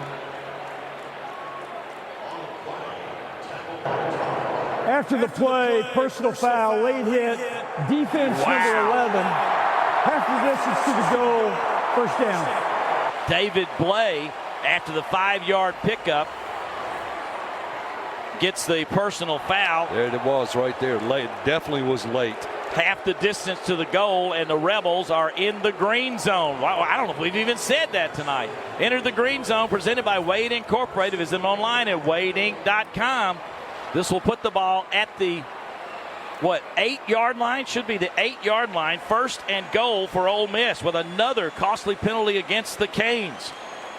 Rebels down 1 with the ball at the 8-yard line. There's the snap. Fake to Lacey, or give to Lacey, and he's stacked up. Not much there. Miami all over that run. Maybe we'll see if on a second effort the knee didn't go down. We'll see if they spot him. One of the Miami players is shaken up. Looks like, David. If it's at the 5, it'll be about a 3-yard gain, 2nd and goal from the 5-yard line. Miami picking up 2 big penalties in this drive. Timeout on the field. Got an injured player.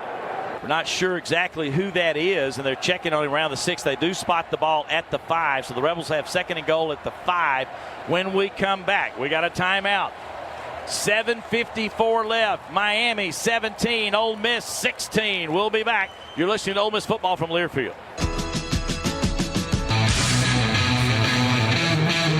Not a great scene here as we come back.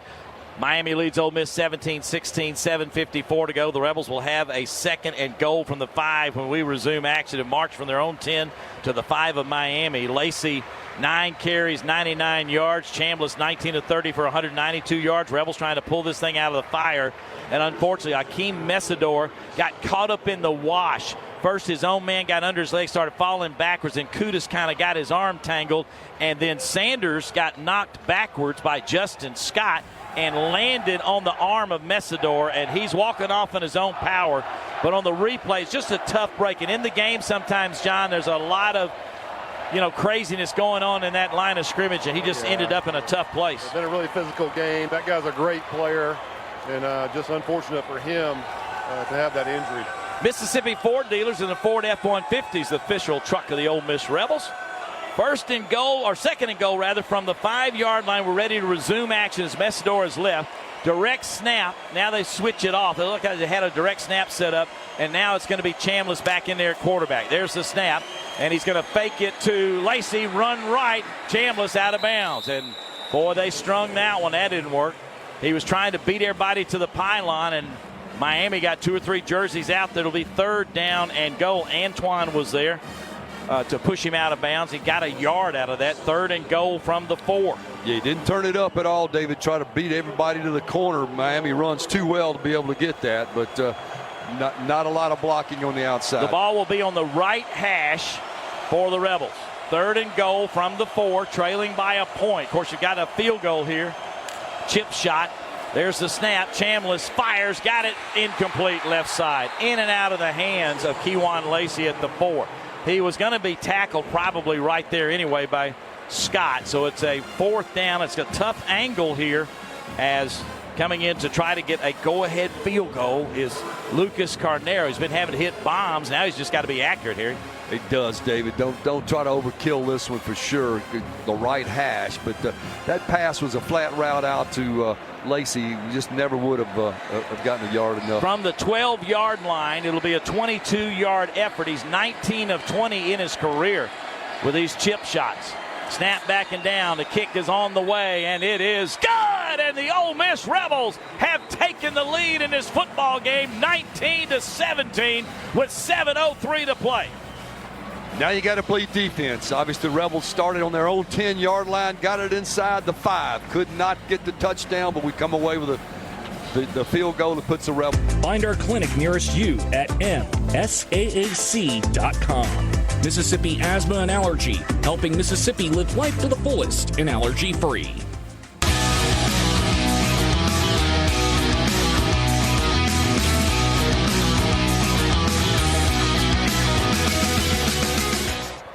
Well, the Rebels go 14 plays, 86 yards, really 90 yards. We started at the 10-yard line to take the lead on that field goal, and the ensuing kickoff goes to the back of the end zone.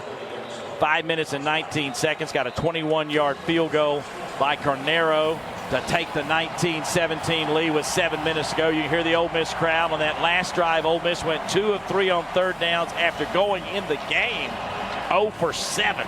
Coors Light, Mountain Cold Refreshment. Choose chill. Official corporate partner of Ole Miss Athletics. Celebrate responsibly. Carnero now has tied a record for most field goal attempts in the Fiesta Bowl history with 5 players, including Pat McAfee, who's here at the game. And that gives the Rebels 3 for 4 out of Carnero to take the lead. Miami starts at the 25-yard line, 1st down. He's back to throw, lobbing it high in the air, and it's going to be incomplete. A flag is thrown, interference. He was trying to get it to Marion, and Graves covering, got into his body before the ball got there. It'll be a 15-yard penalty. Yeah, just need to get his head around, David. The ball was... Pass interference, defense, number 32. 15-yard penalty, 1st down. If he gets turned around, John, he probably intercepts that. Yeah. He threw it straight up. He threw it like a punt. He threw it down there and just hung it up way too high. Yep. And our guy just turns around, he intercepts it. 15-yard penalty. He stumbles there at the end, maybe why he didn't get his head around. But it was underthrown. That's why he got the interference. Underthrown. Yeah, yes. That's why he got the interference. He ran into him when he stopped to try to come back for it. So from the 40, 1st down for Miami. Trips to the left for the Canes. 1st and 10 on that penalty. Quick pass, far side screen. Starting the middle and cutting the outside, getting close to midfield is C.J. Daniels. Miami just needs a field goal to regain the lead. And that will be tackled there by Williams and Gushikin. The Rebel team now has set a single-season record for most total passing yards with 4,615. The 24 team had 4,561. Also, all-purpose in a single season, 1,740.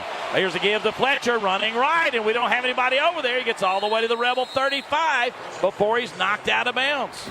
David, defense late getting set up. Nobody there on the edge to set that edge, and Fletcher just simply kicked it into gear, found some open green grass, and took a safety or a corner to get him out of bounds after a big game. Big plays gashing the Rebels. Had an 8-yard pickup on that previous one. Fletcher 17 yards on this one. 1st down Miami at the Ole Miss 35-yard line. They're in field goal range. 5:56 to go. Tony goes in motion. It's going to be a handoff to Fletcher for the 2nd time in the game. He tries to plant the foot and cut back. He tried the middle, was going to plant, come outside, and slipped and fell. Back at the 36, so a loss of 1. It'll be 2nd and 11. So the Rebels do get a lost play right here, as you're talking about. He does absolutely, both feet come out from under him, but we got to finish this and force at least a Miami field goal. 2nd down and 11 from the 36. Bunch set to the right beside the right tackle. Three receivers there. Beck in the gun formation. Fletcher off the left shoulder. Now he puts Malachi Toney in motion to the far side. There's the snap. He hits Toney quickly for a tunnel screen. He comes right back to the middle, breaks clear, and takes it to the house. Touchdown, Miami. Yeah, it's just a play that they lean on so much with a very, very athletic Malachi Toney. Run a bubble screen, gets a big lineman in front of him. He just weaves his way through all that. A couple Rebels had a shot at him. Never got a real good tackle on him. He just finds his way through that crowd. David rushes it in the end zone for the big score. Miami goes 75 yards for the score. In a hurry, too, John. They scored quickly. They did.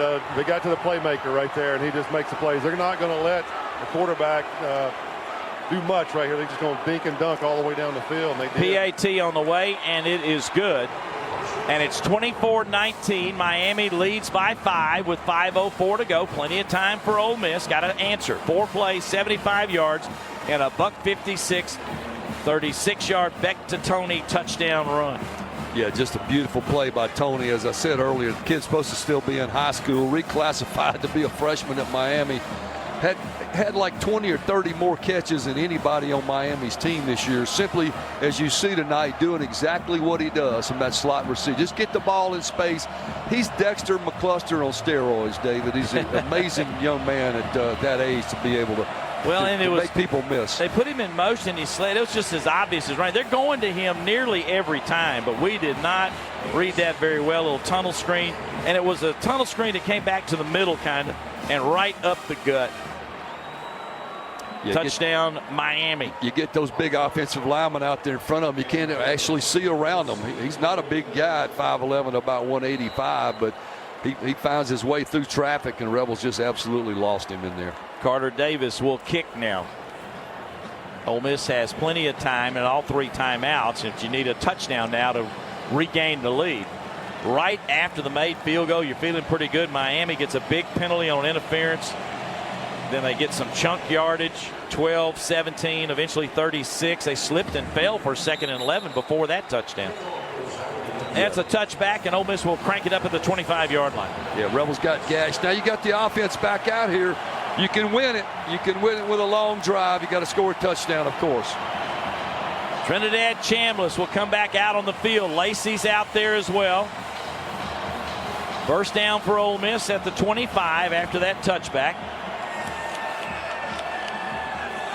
Man, what a game. We've seen 2 in a row where the Rebels. Winner goes to Miami for the national championship against either Oregon or Indiana. First play of this drive for Ole Miss. There's the snap, 4-man rush. Chambliss in the pocket, has time. He's got Daquan Wright wide open to the 45 and bumped out of bounds. He ran kind of a deep out flag route there, John, and made a big catch. Yeah, good play action right there. Hit Daquan on a corner route. Messidor, they're good defensive ends back in the game. They've got him braced up. Officials timeout for injury. Well, they brought out like a brace to put on his arm, and Messidor said, I don't want any part of that. We got Jacoby Thomas shaken up, the safety, I believe, had to leave for a moment. They spot this at the 46-yard line, so it ends up being a 21-yard gain for Wright. There's the snap. Handoff to Lacey. Straight ahead. Stacked up. Second effort spins to maybe the 48. A couple of yards there. It'll be 2nd down and 8 for Ole Miss. Tackled by Scott and Bain. We hadn't called Bain's name a lot tonight rushing the quarterback, David, but he does come off the edge right there and makes the tackle. Clock running with 4.5 minutes to play. 2nd and 8 for Ole Miss from the 48 of the Rebels. Gun formation for Chambliss. Got Stribling one-on-one here to the left. There's the snap. He wants to throw to him. He's got him out there. He reaches up. He lost control of it as he went and had it. Stribling around the 25-yard line. And Jabari Antoine goes up and is able to get in there and mess it up and knock it away. Stribling couldn't hold it. He just kept fighting until the ball came loose. It's incomplete 3rd down. Yeah, tip your hat to the defensive back, David. He was beaten, but he just continued to fight through the ball. 3rd down and 8 for Ole Miss. Trips to the right. One receiver left is Stribling with one-on-one coverage again. Lee, Wallace, and Wright are on the far side, the wide side of the field. Lacey in the backfield. There's the snap. And we got a flag flies. Timeout by Miami right before the snap. Something they didn't like on 3rd and 8. Stops the clock. Charge timeout, Miami. They're first. 4:16 to play. 30-second timeout. Miami leads 24-19 and a timeout by the Canes. We owe you a station identification. Let's pause 10 seconds. You're listening to Ole Miss football from Learfield.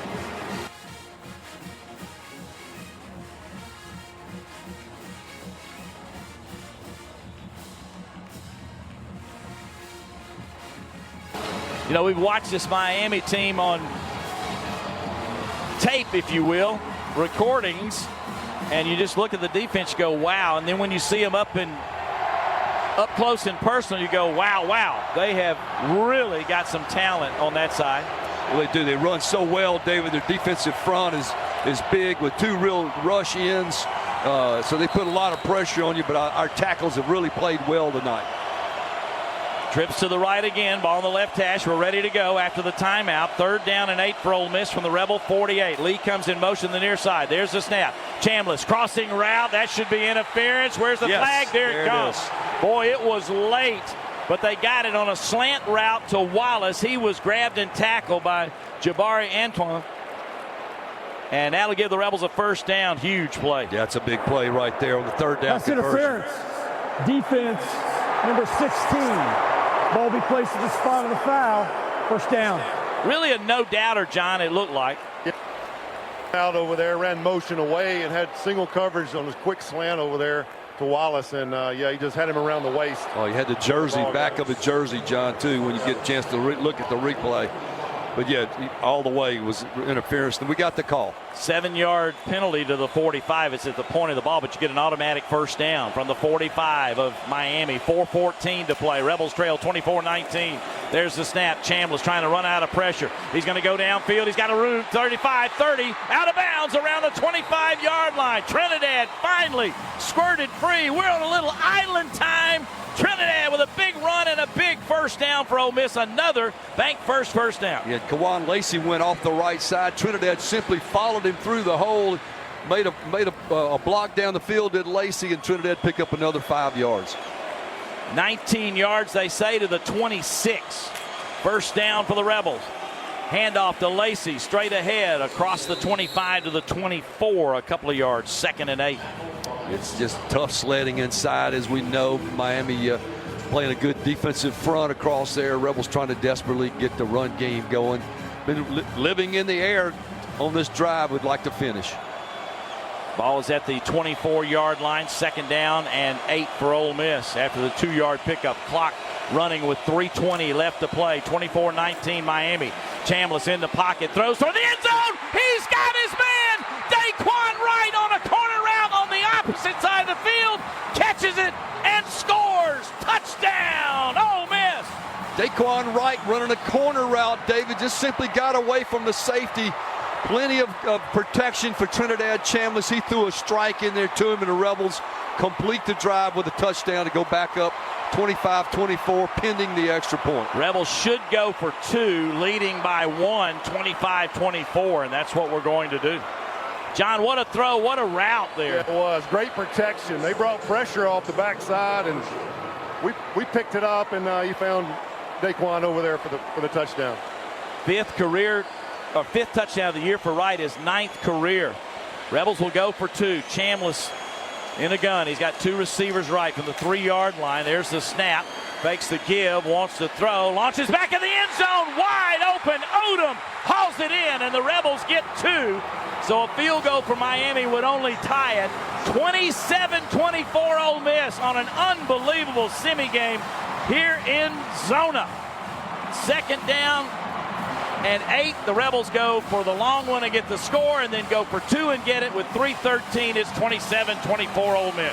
Well, it's everything we thought it would be, David. Just a shootout, great defenses, great offenses. The Rebels have come to life here in the 4th quarter after really giving up a lot of yards.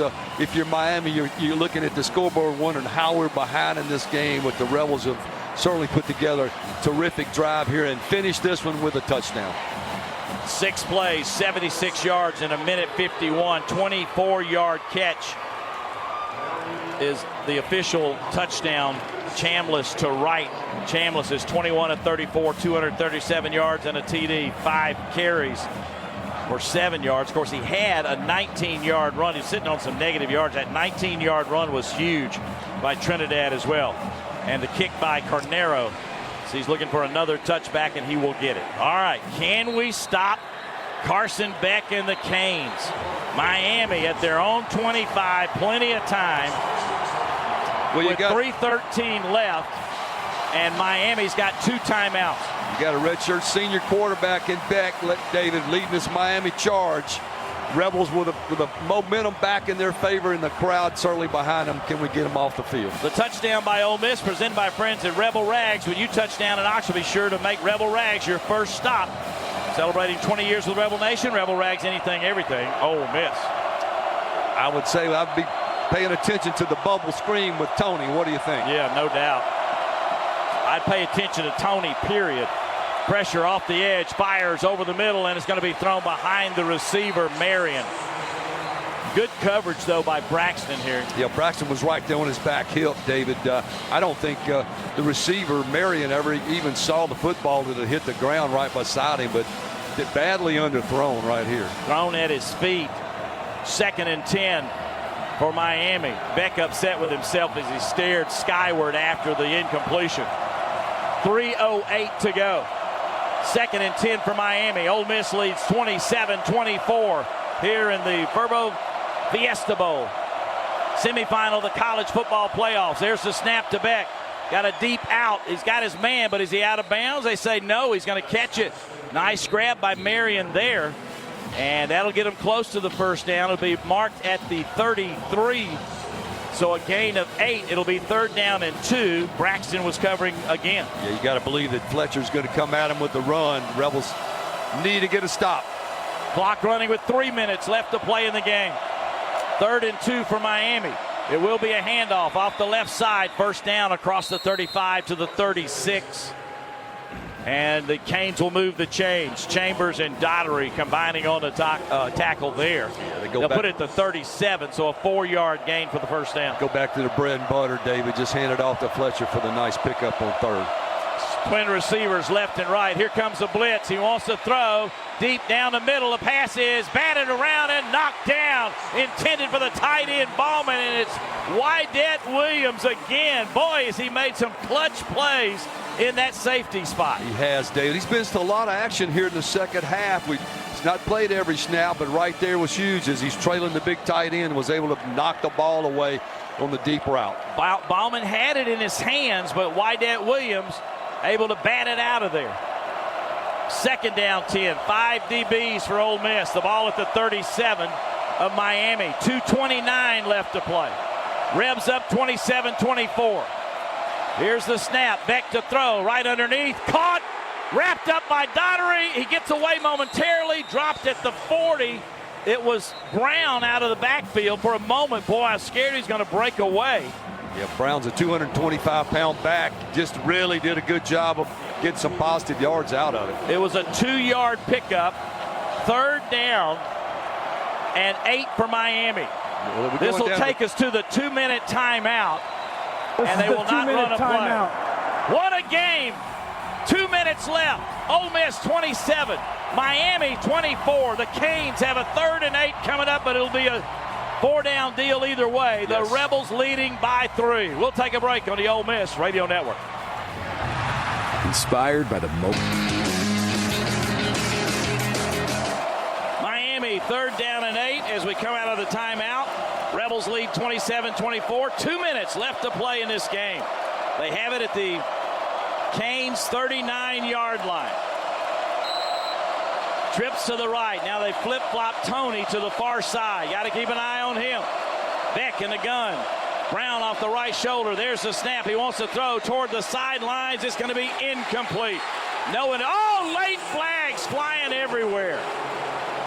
There was a collision over there. I was a little bit wondering if it might happen. Marion on a kind of a stop route, and Braxton ran over him.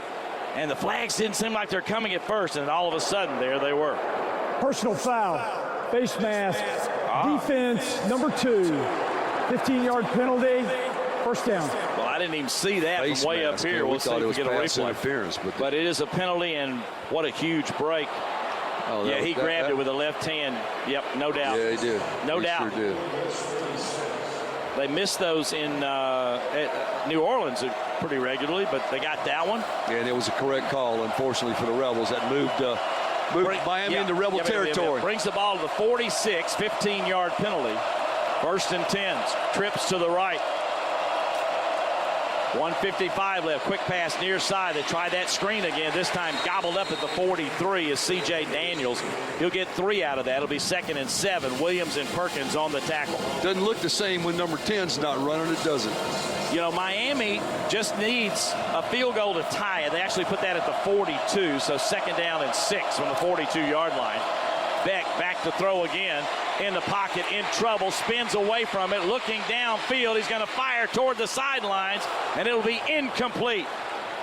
Falling out of bounds was Tony, and now they're going to say he got a foot down. Our people don't think he got it. That will be around the 33-yard line.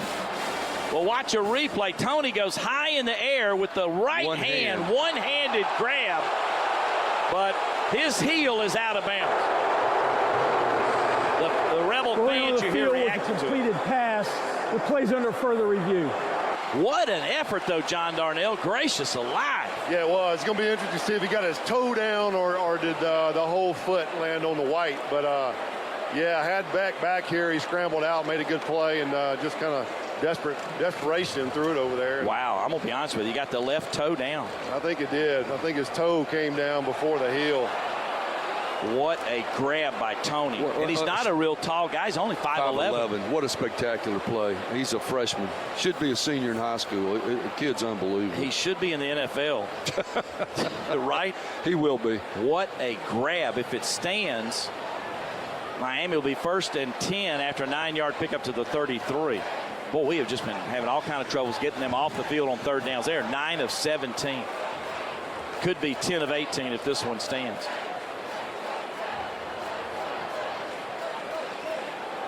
Wow, what a grab by Tony. Incredible play. Incredible play. Here's the call from the field. After review, it's an incomplete pass. Oh, wow. And that was actually... 3rd down. Reset the game clock. Yeah. So, said he's out of bounds on that foot. And at the 42, Miami will have a 3rd down and 6 from the 42. Got to get pressure on this quarterback. Got to get Beck down, David. A big sack would be terrific here for the Rebels. 1:26 to play. Ole Miss 27, Miami 24. Trips to the left. Got to get them covered over there. One receiver right. Solo coverage over here to the near side. Daniels. Beck in the gun. Rebels rush 4. Near side pass is going to be caught at the 36 and spun out of bounds is C.J. Daniels. But he should have the 1st down. He's right at it. He kind of used his body to block off the defender. Did they give it to him? And that yes, is they did. Graves. Blocked him off, and then he spun him out of bounds. And they're going to give him the 1st down to the 35, a 7-yard pickup. So Miami with 1:14, 1st and 10 from the 35. Snap to Beck. 3-man rush, near side high and incomplete. He tried to lob it in there to C.J. Daniels around the 30. Threw it over his head. 2nd down and 10. Yes, and Terry Perkins had the back out of the backfield. David really the back ran right over where his receiver was, and Perkins was in the way of that pass, and Beck just simply airmailed it out of bounds. 1:06 left. Miami's got 2 timeouts. They trail by 3. Ole Miss up 27-24. 2nd down and 10 for Miami from the 35 of Ole Miss right hash. 2 receivers left. In the slot is Malachi Tony. 2 receivers right, the short side of the field. The snap, 3-man rush. Beck being chased, runs to his right, lobs it near side, incomplete, nearly picked by Perkins. It was high, and he went up there to try to grab it, trying to get it to Brown along the sidelines. Incomplete, 3rd down and 10. Yeah, I'm not sure Perkins could have come down with it, David, but really close to a pick right here. Yeah, he could have come down with it. He sure would have. Didn't come away with it. Huge third down conversion here. Rebels desperately need to hold. He was trying to get that to the sidelines in a hurry to the running back, Brown. 3rd and 10 from the 35. They're in field goal range, but it would be a long one right here. Right hash. Rebels need to make a play on 3rd down. There's the snap. 4-man rush. Fires, crossing route, caught and tackled at the 18-yard line is Marion for the first down. A pickup of 17. 1st and 10 for Miami at the Ole Miss 17-yard line. Clardy, and Williams on the tackle. Looked like the Rebels were in zone. David just crossing route, just found a spot. 17-yard gain. Big play for Miami. They're in the green zone, the red zone, if you will. Beck keeps it, tries to run. He pulled it from his running back and then tried to run, and he's knocked down. That was an ugly play for the Canes. I think at the 19, a loss of 1. 2nd and 11. Charge timeout, Ole Miss, their first. 30-second timeout. Please reset the game clock to 37 seconds. Eccles kind of broke that up. Yeah, and now Ole Miss is going to call a timeout. Not sure why Beck would pull that, David, but going back to the pass, just simply threw in front of the safeties, and unfortunately for the Rebels, it was a big 3rd down conversion. So Miami's had a really good night in converting 3rd downs. I think you said a moment ago they were 10 out of 18. That must be 11 out of 19 now. But drives deep, deep inside the 20-yard line for the Rebels end zone. 11 for 19.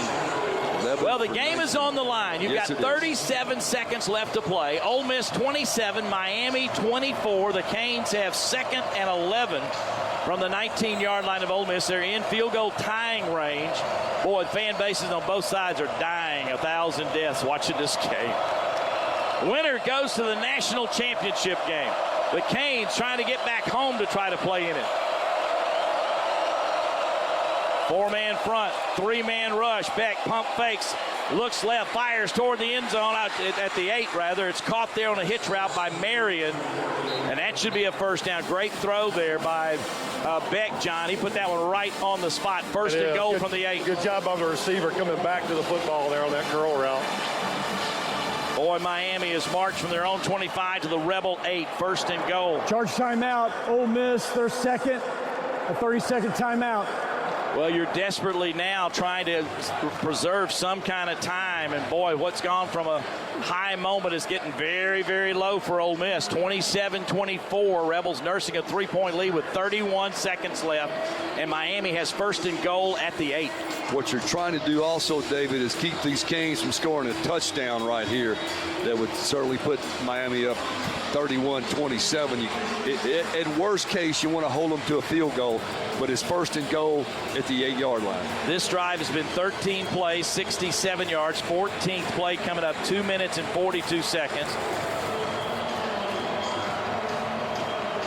They have been fantastic. Miami's got all their timeouts, I believe. Maybe have 2 left, but I think they have them all. And I got 2 left. 2 left. So Ole Miss has 1. Ball in the middle of the field of the 8-yard line. Can you make a play? Pistol formation as Brown is behind Beck. 1st and goal from the 8. The handoff is to Brown. Straight ahead. He's dropped at the 3. Got 5 yards on that. 2nd and goal from the 3-yard line. Tackled by Eccles and Harris. Yeah, Eccles and Harris right there on top of Charge the play. timeout. Miami, their second. Please reset the game clock to 24 seconds. It's a 30-second timeout. 24 seconds left. Boy, the Rebels will be left with precious time if Miami can punch this one in. We have not done good against them in short yardage, that's for sure. It's all about stopping right here, David. I don't think there's going to be any time left to do anything offensively, but it's all about getting a stop. It's all about getting a big play, whatever it is. You just got to believe. And Harris was hurt, banged up a little bit on that play. Big Miami offensive line. You know they're going to run right behind them. So Rebels have got to get tough down here on the goal line. 2nd and goal from the 3 after the 5-yard pickup. Ball again in the middle of the field. No wide side. They're not thinking about that. More than likely, handoff up the gut. We'll see. Beck in the gun formation with Brown off the right shoulder. Second and goal from the 3-yard line for Miami, trying to take the lead with a TD. Rebels desperately wanting a stop. There's the snap. Beck wants to throw, looking in the end zone, being chased. Now he's going to run left, and he's going to score easily. Touchdown, Miami. He escaped the pressure, ran left, and took it to the end zone. We had nobody over there, and Miami is up 30-27 with only 18 seconds left. Yeah, Miami Rebels rushed 3, David, drop 8 back in coverage, and we just didn't get to Beck. He found a huge lane with actually a blocker in front of him going off the left side and just tiptoed into the end zone for the go-ahead score. Only the second score of the fourth quarter for Miami. Well, they punch it in to take the lead. Point after attempt here. Kick on its way. And he got it. And Miami has a 4-point lead. Rebels in trouble. 31-27 with only 18 seconds left.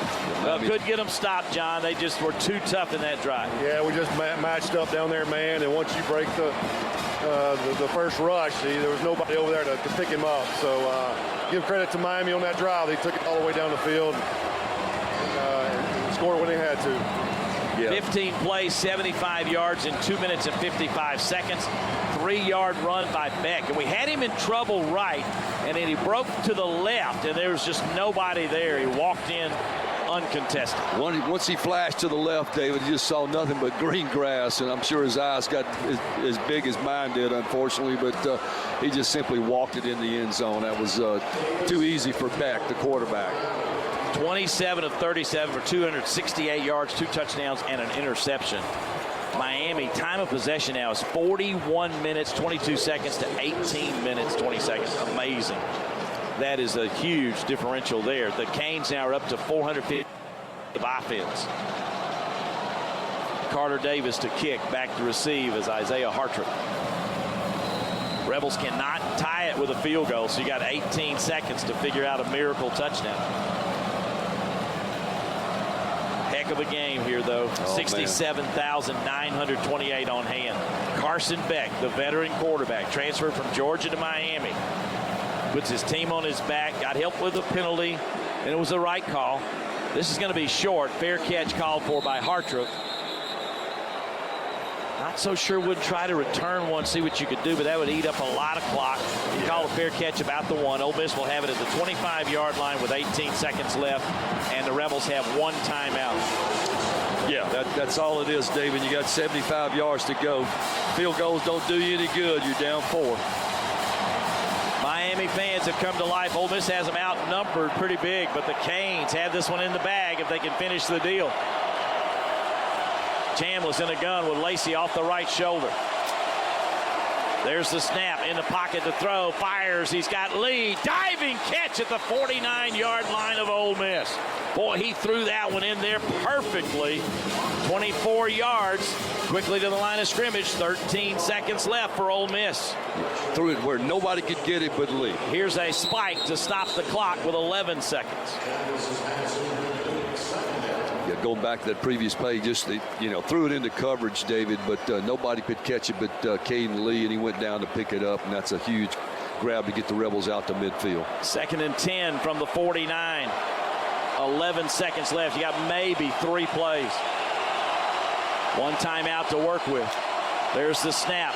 In the pocket to throw. Steps up, looks, fires. A crossing route. Grabbed by Stribling at the 34-yard line. That'll stop the clock with 5 seconds left. A gain of 17. They put it at the 35, so make it a 16-yard gain. But Charge only timeout. 5 seconds their remaining. 3rd and final timeout. Please reset the game clock to 6 seconds. Well, 2 big passing plays. At least got you a chance to throw it to the end zone. 1 play left. 5 seconds to go. Ole Miss has it at the Miami 35. 1st and 10. Yeah, there have been miracle plays in big games, David. That's what it's going to take here. Throw it in the end zone. Hope you get somebody can go up and high point it, or you get a tip ball or whatever it is. But get some of those 6'5" receivers in there. Get them into the end zone. and hope for the best. Wow, 24-yard strike to Lee, 16 to Stribling, and boom, boom, the Rebels have a chance. But it comes down to this play. Ole Miss took its last timeout to figure out what they want to do.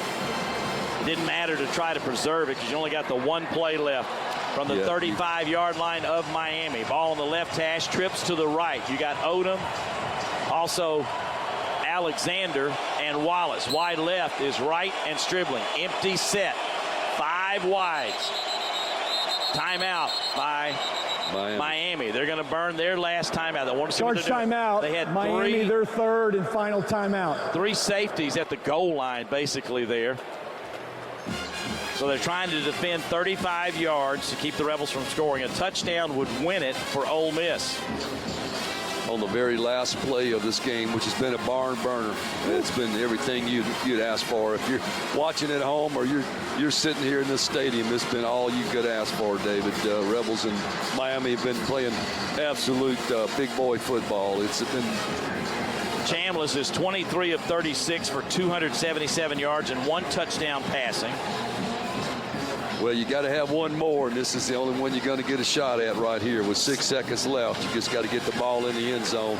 Season on the line, and it's been a fantastic season either way. You score here or not, but you're trying to get one more miracle to get to the national championship game. Miami wants a stop to get there themselves. Here we go. 31-27 Miami. 6 seconds they put on the clock instead of 5. 5 wides. We're ready for the snap. Chambliss into gun formation. They got a 3-4-man rush. There's the snap. Chambliss runs to his left, looks, fires toward the end zone. Jump ball incomplete in the back corner of the end zone. And that's it. Miami wins the Fiesta Bowl 31-27, and the Rebels season comes to an end. That's the end of the game. What an incredible year for this Ole Miss team. What perseverance through some craziness here at the tail end after the Egg Bowl. But nonetheless, Pete Golding's done a fantastic job. He and Mario Cristobal shake hands. Miami will play for it all. Yeah, they'll play in their home court, David. They're going to be playing for the national championship. They couldn't ask for more. They got in this playoff, barely squeaked in ahead of Notre Dame, and they got hot in the playoffs here. Wow, it should have been interference holding number on 24, Connor. absolutely. No question. Another play. Grabbed him by the jersey, held him by the... Should have been another play that definitely was held by number 24. No doubt. That's dribbling all the way. By every definition. They just let them play it out. But 100% interference, but they didn't call it. No, but nonetheless, Miami walks out of here with a 31-27 victory. Chambliss is running down. A heartbreaking finish for the Ole Miss Rebels as Miami takes the Fiesta Bowl 31-27 and advances to the national championship to face either Indiana or Oregon. What a season for Miami, and what a season for Ole Miss. They persevered so much adversity the last month of the season here with the departure of Lane Kiffin. They rode a former Division II quarterback to the semifinals of the college football playoffs and one Hail Mary heave away from a berth in the national championship. Credit to Miami. They controlled this game from start to finish. Time of possession was heavy in Miami's favor. They had many opportunities to extend this lead, but Ole Miss continued to fight back.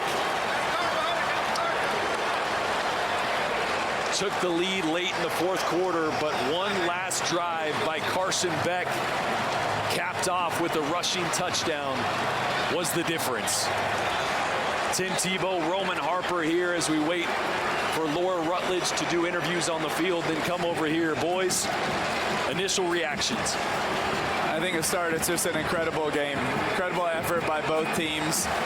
You couldn't ask for more in a semifinal. It's coming down to the last play. Controversies, big plays, physical game. Awesome semifinal. I just know you couldn't get Trinidad Chambliss the ball to finish the game off. He was going to give you a chance. Honestly, they ran out of time. If he would have had another 8 to 10 seconds, he may find a way to win that game, and you got to give 75-yard drive to go back and take the lead at the end of the game. And ultimately, you got to find ways if you're Ole Miss to get off the field, and you got to give Miami a lot of credit for capitalizing on their opportunities. And that, to me, was one of the main storylines of this game. This Ole Miss defense just could not get off the field. That drive, as you just mentioned, Rome, 15 plays. Their fourth drive with at least 13 plays in that game. You're not going to win a football game like that.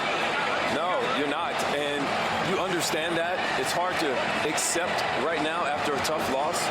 But ultimately, football still remains the same. And when you give up those things, you know, you're happy to be in the game because Miami dropped multiple chances for interceptions. But let's give them credit. I mean, to be physically dominated like that, but still be in the game still at the end. In the fourth quarter. That's incredible. I mean, when you give up that much time of possession, they drop the interceptions, and you still have a chance. I agree. Not just a chance. That says a lot about your fight and your resilience. Like, great show of sportsmanship right here. A lot of the Miami players coming and giving hugs to Trinidad Chambliss. Just a lot of love on both sides because I think everybody understands how tough that game was and how hard fought it was. The Ole Miss season comes to an end in the Fiesta Bowl. The start of the Pete Golding era began with 2 playoff wins and coming up short, just short, in the semifinals. This program has a lot to be proud of, a lot to build upon with some of the key pieces set to return next year. Obviously, Trinidad Chambliss still awaiting a decision by the NCAA on another year. That would be massive for Ole Miss.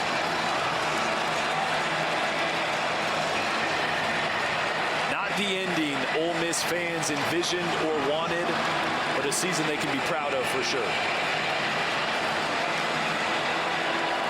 It's amazing. A lot of these Ole Miss players haven't left the field. They're still just, you know, it's hard to accept.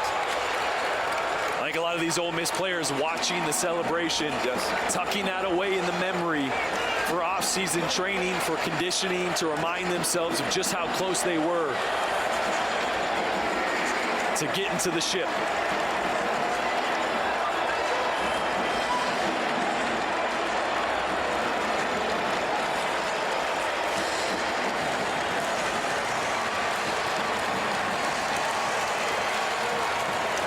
Again, I want to give so much credit to Mario Cristobal and what he's done at his alma mater. This is why he came back to Miami, to bring Miami back to national prominence.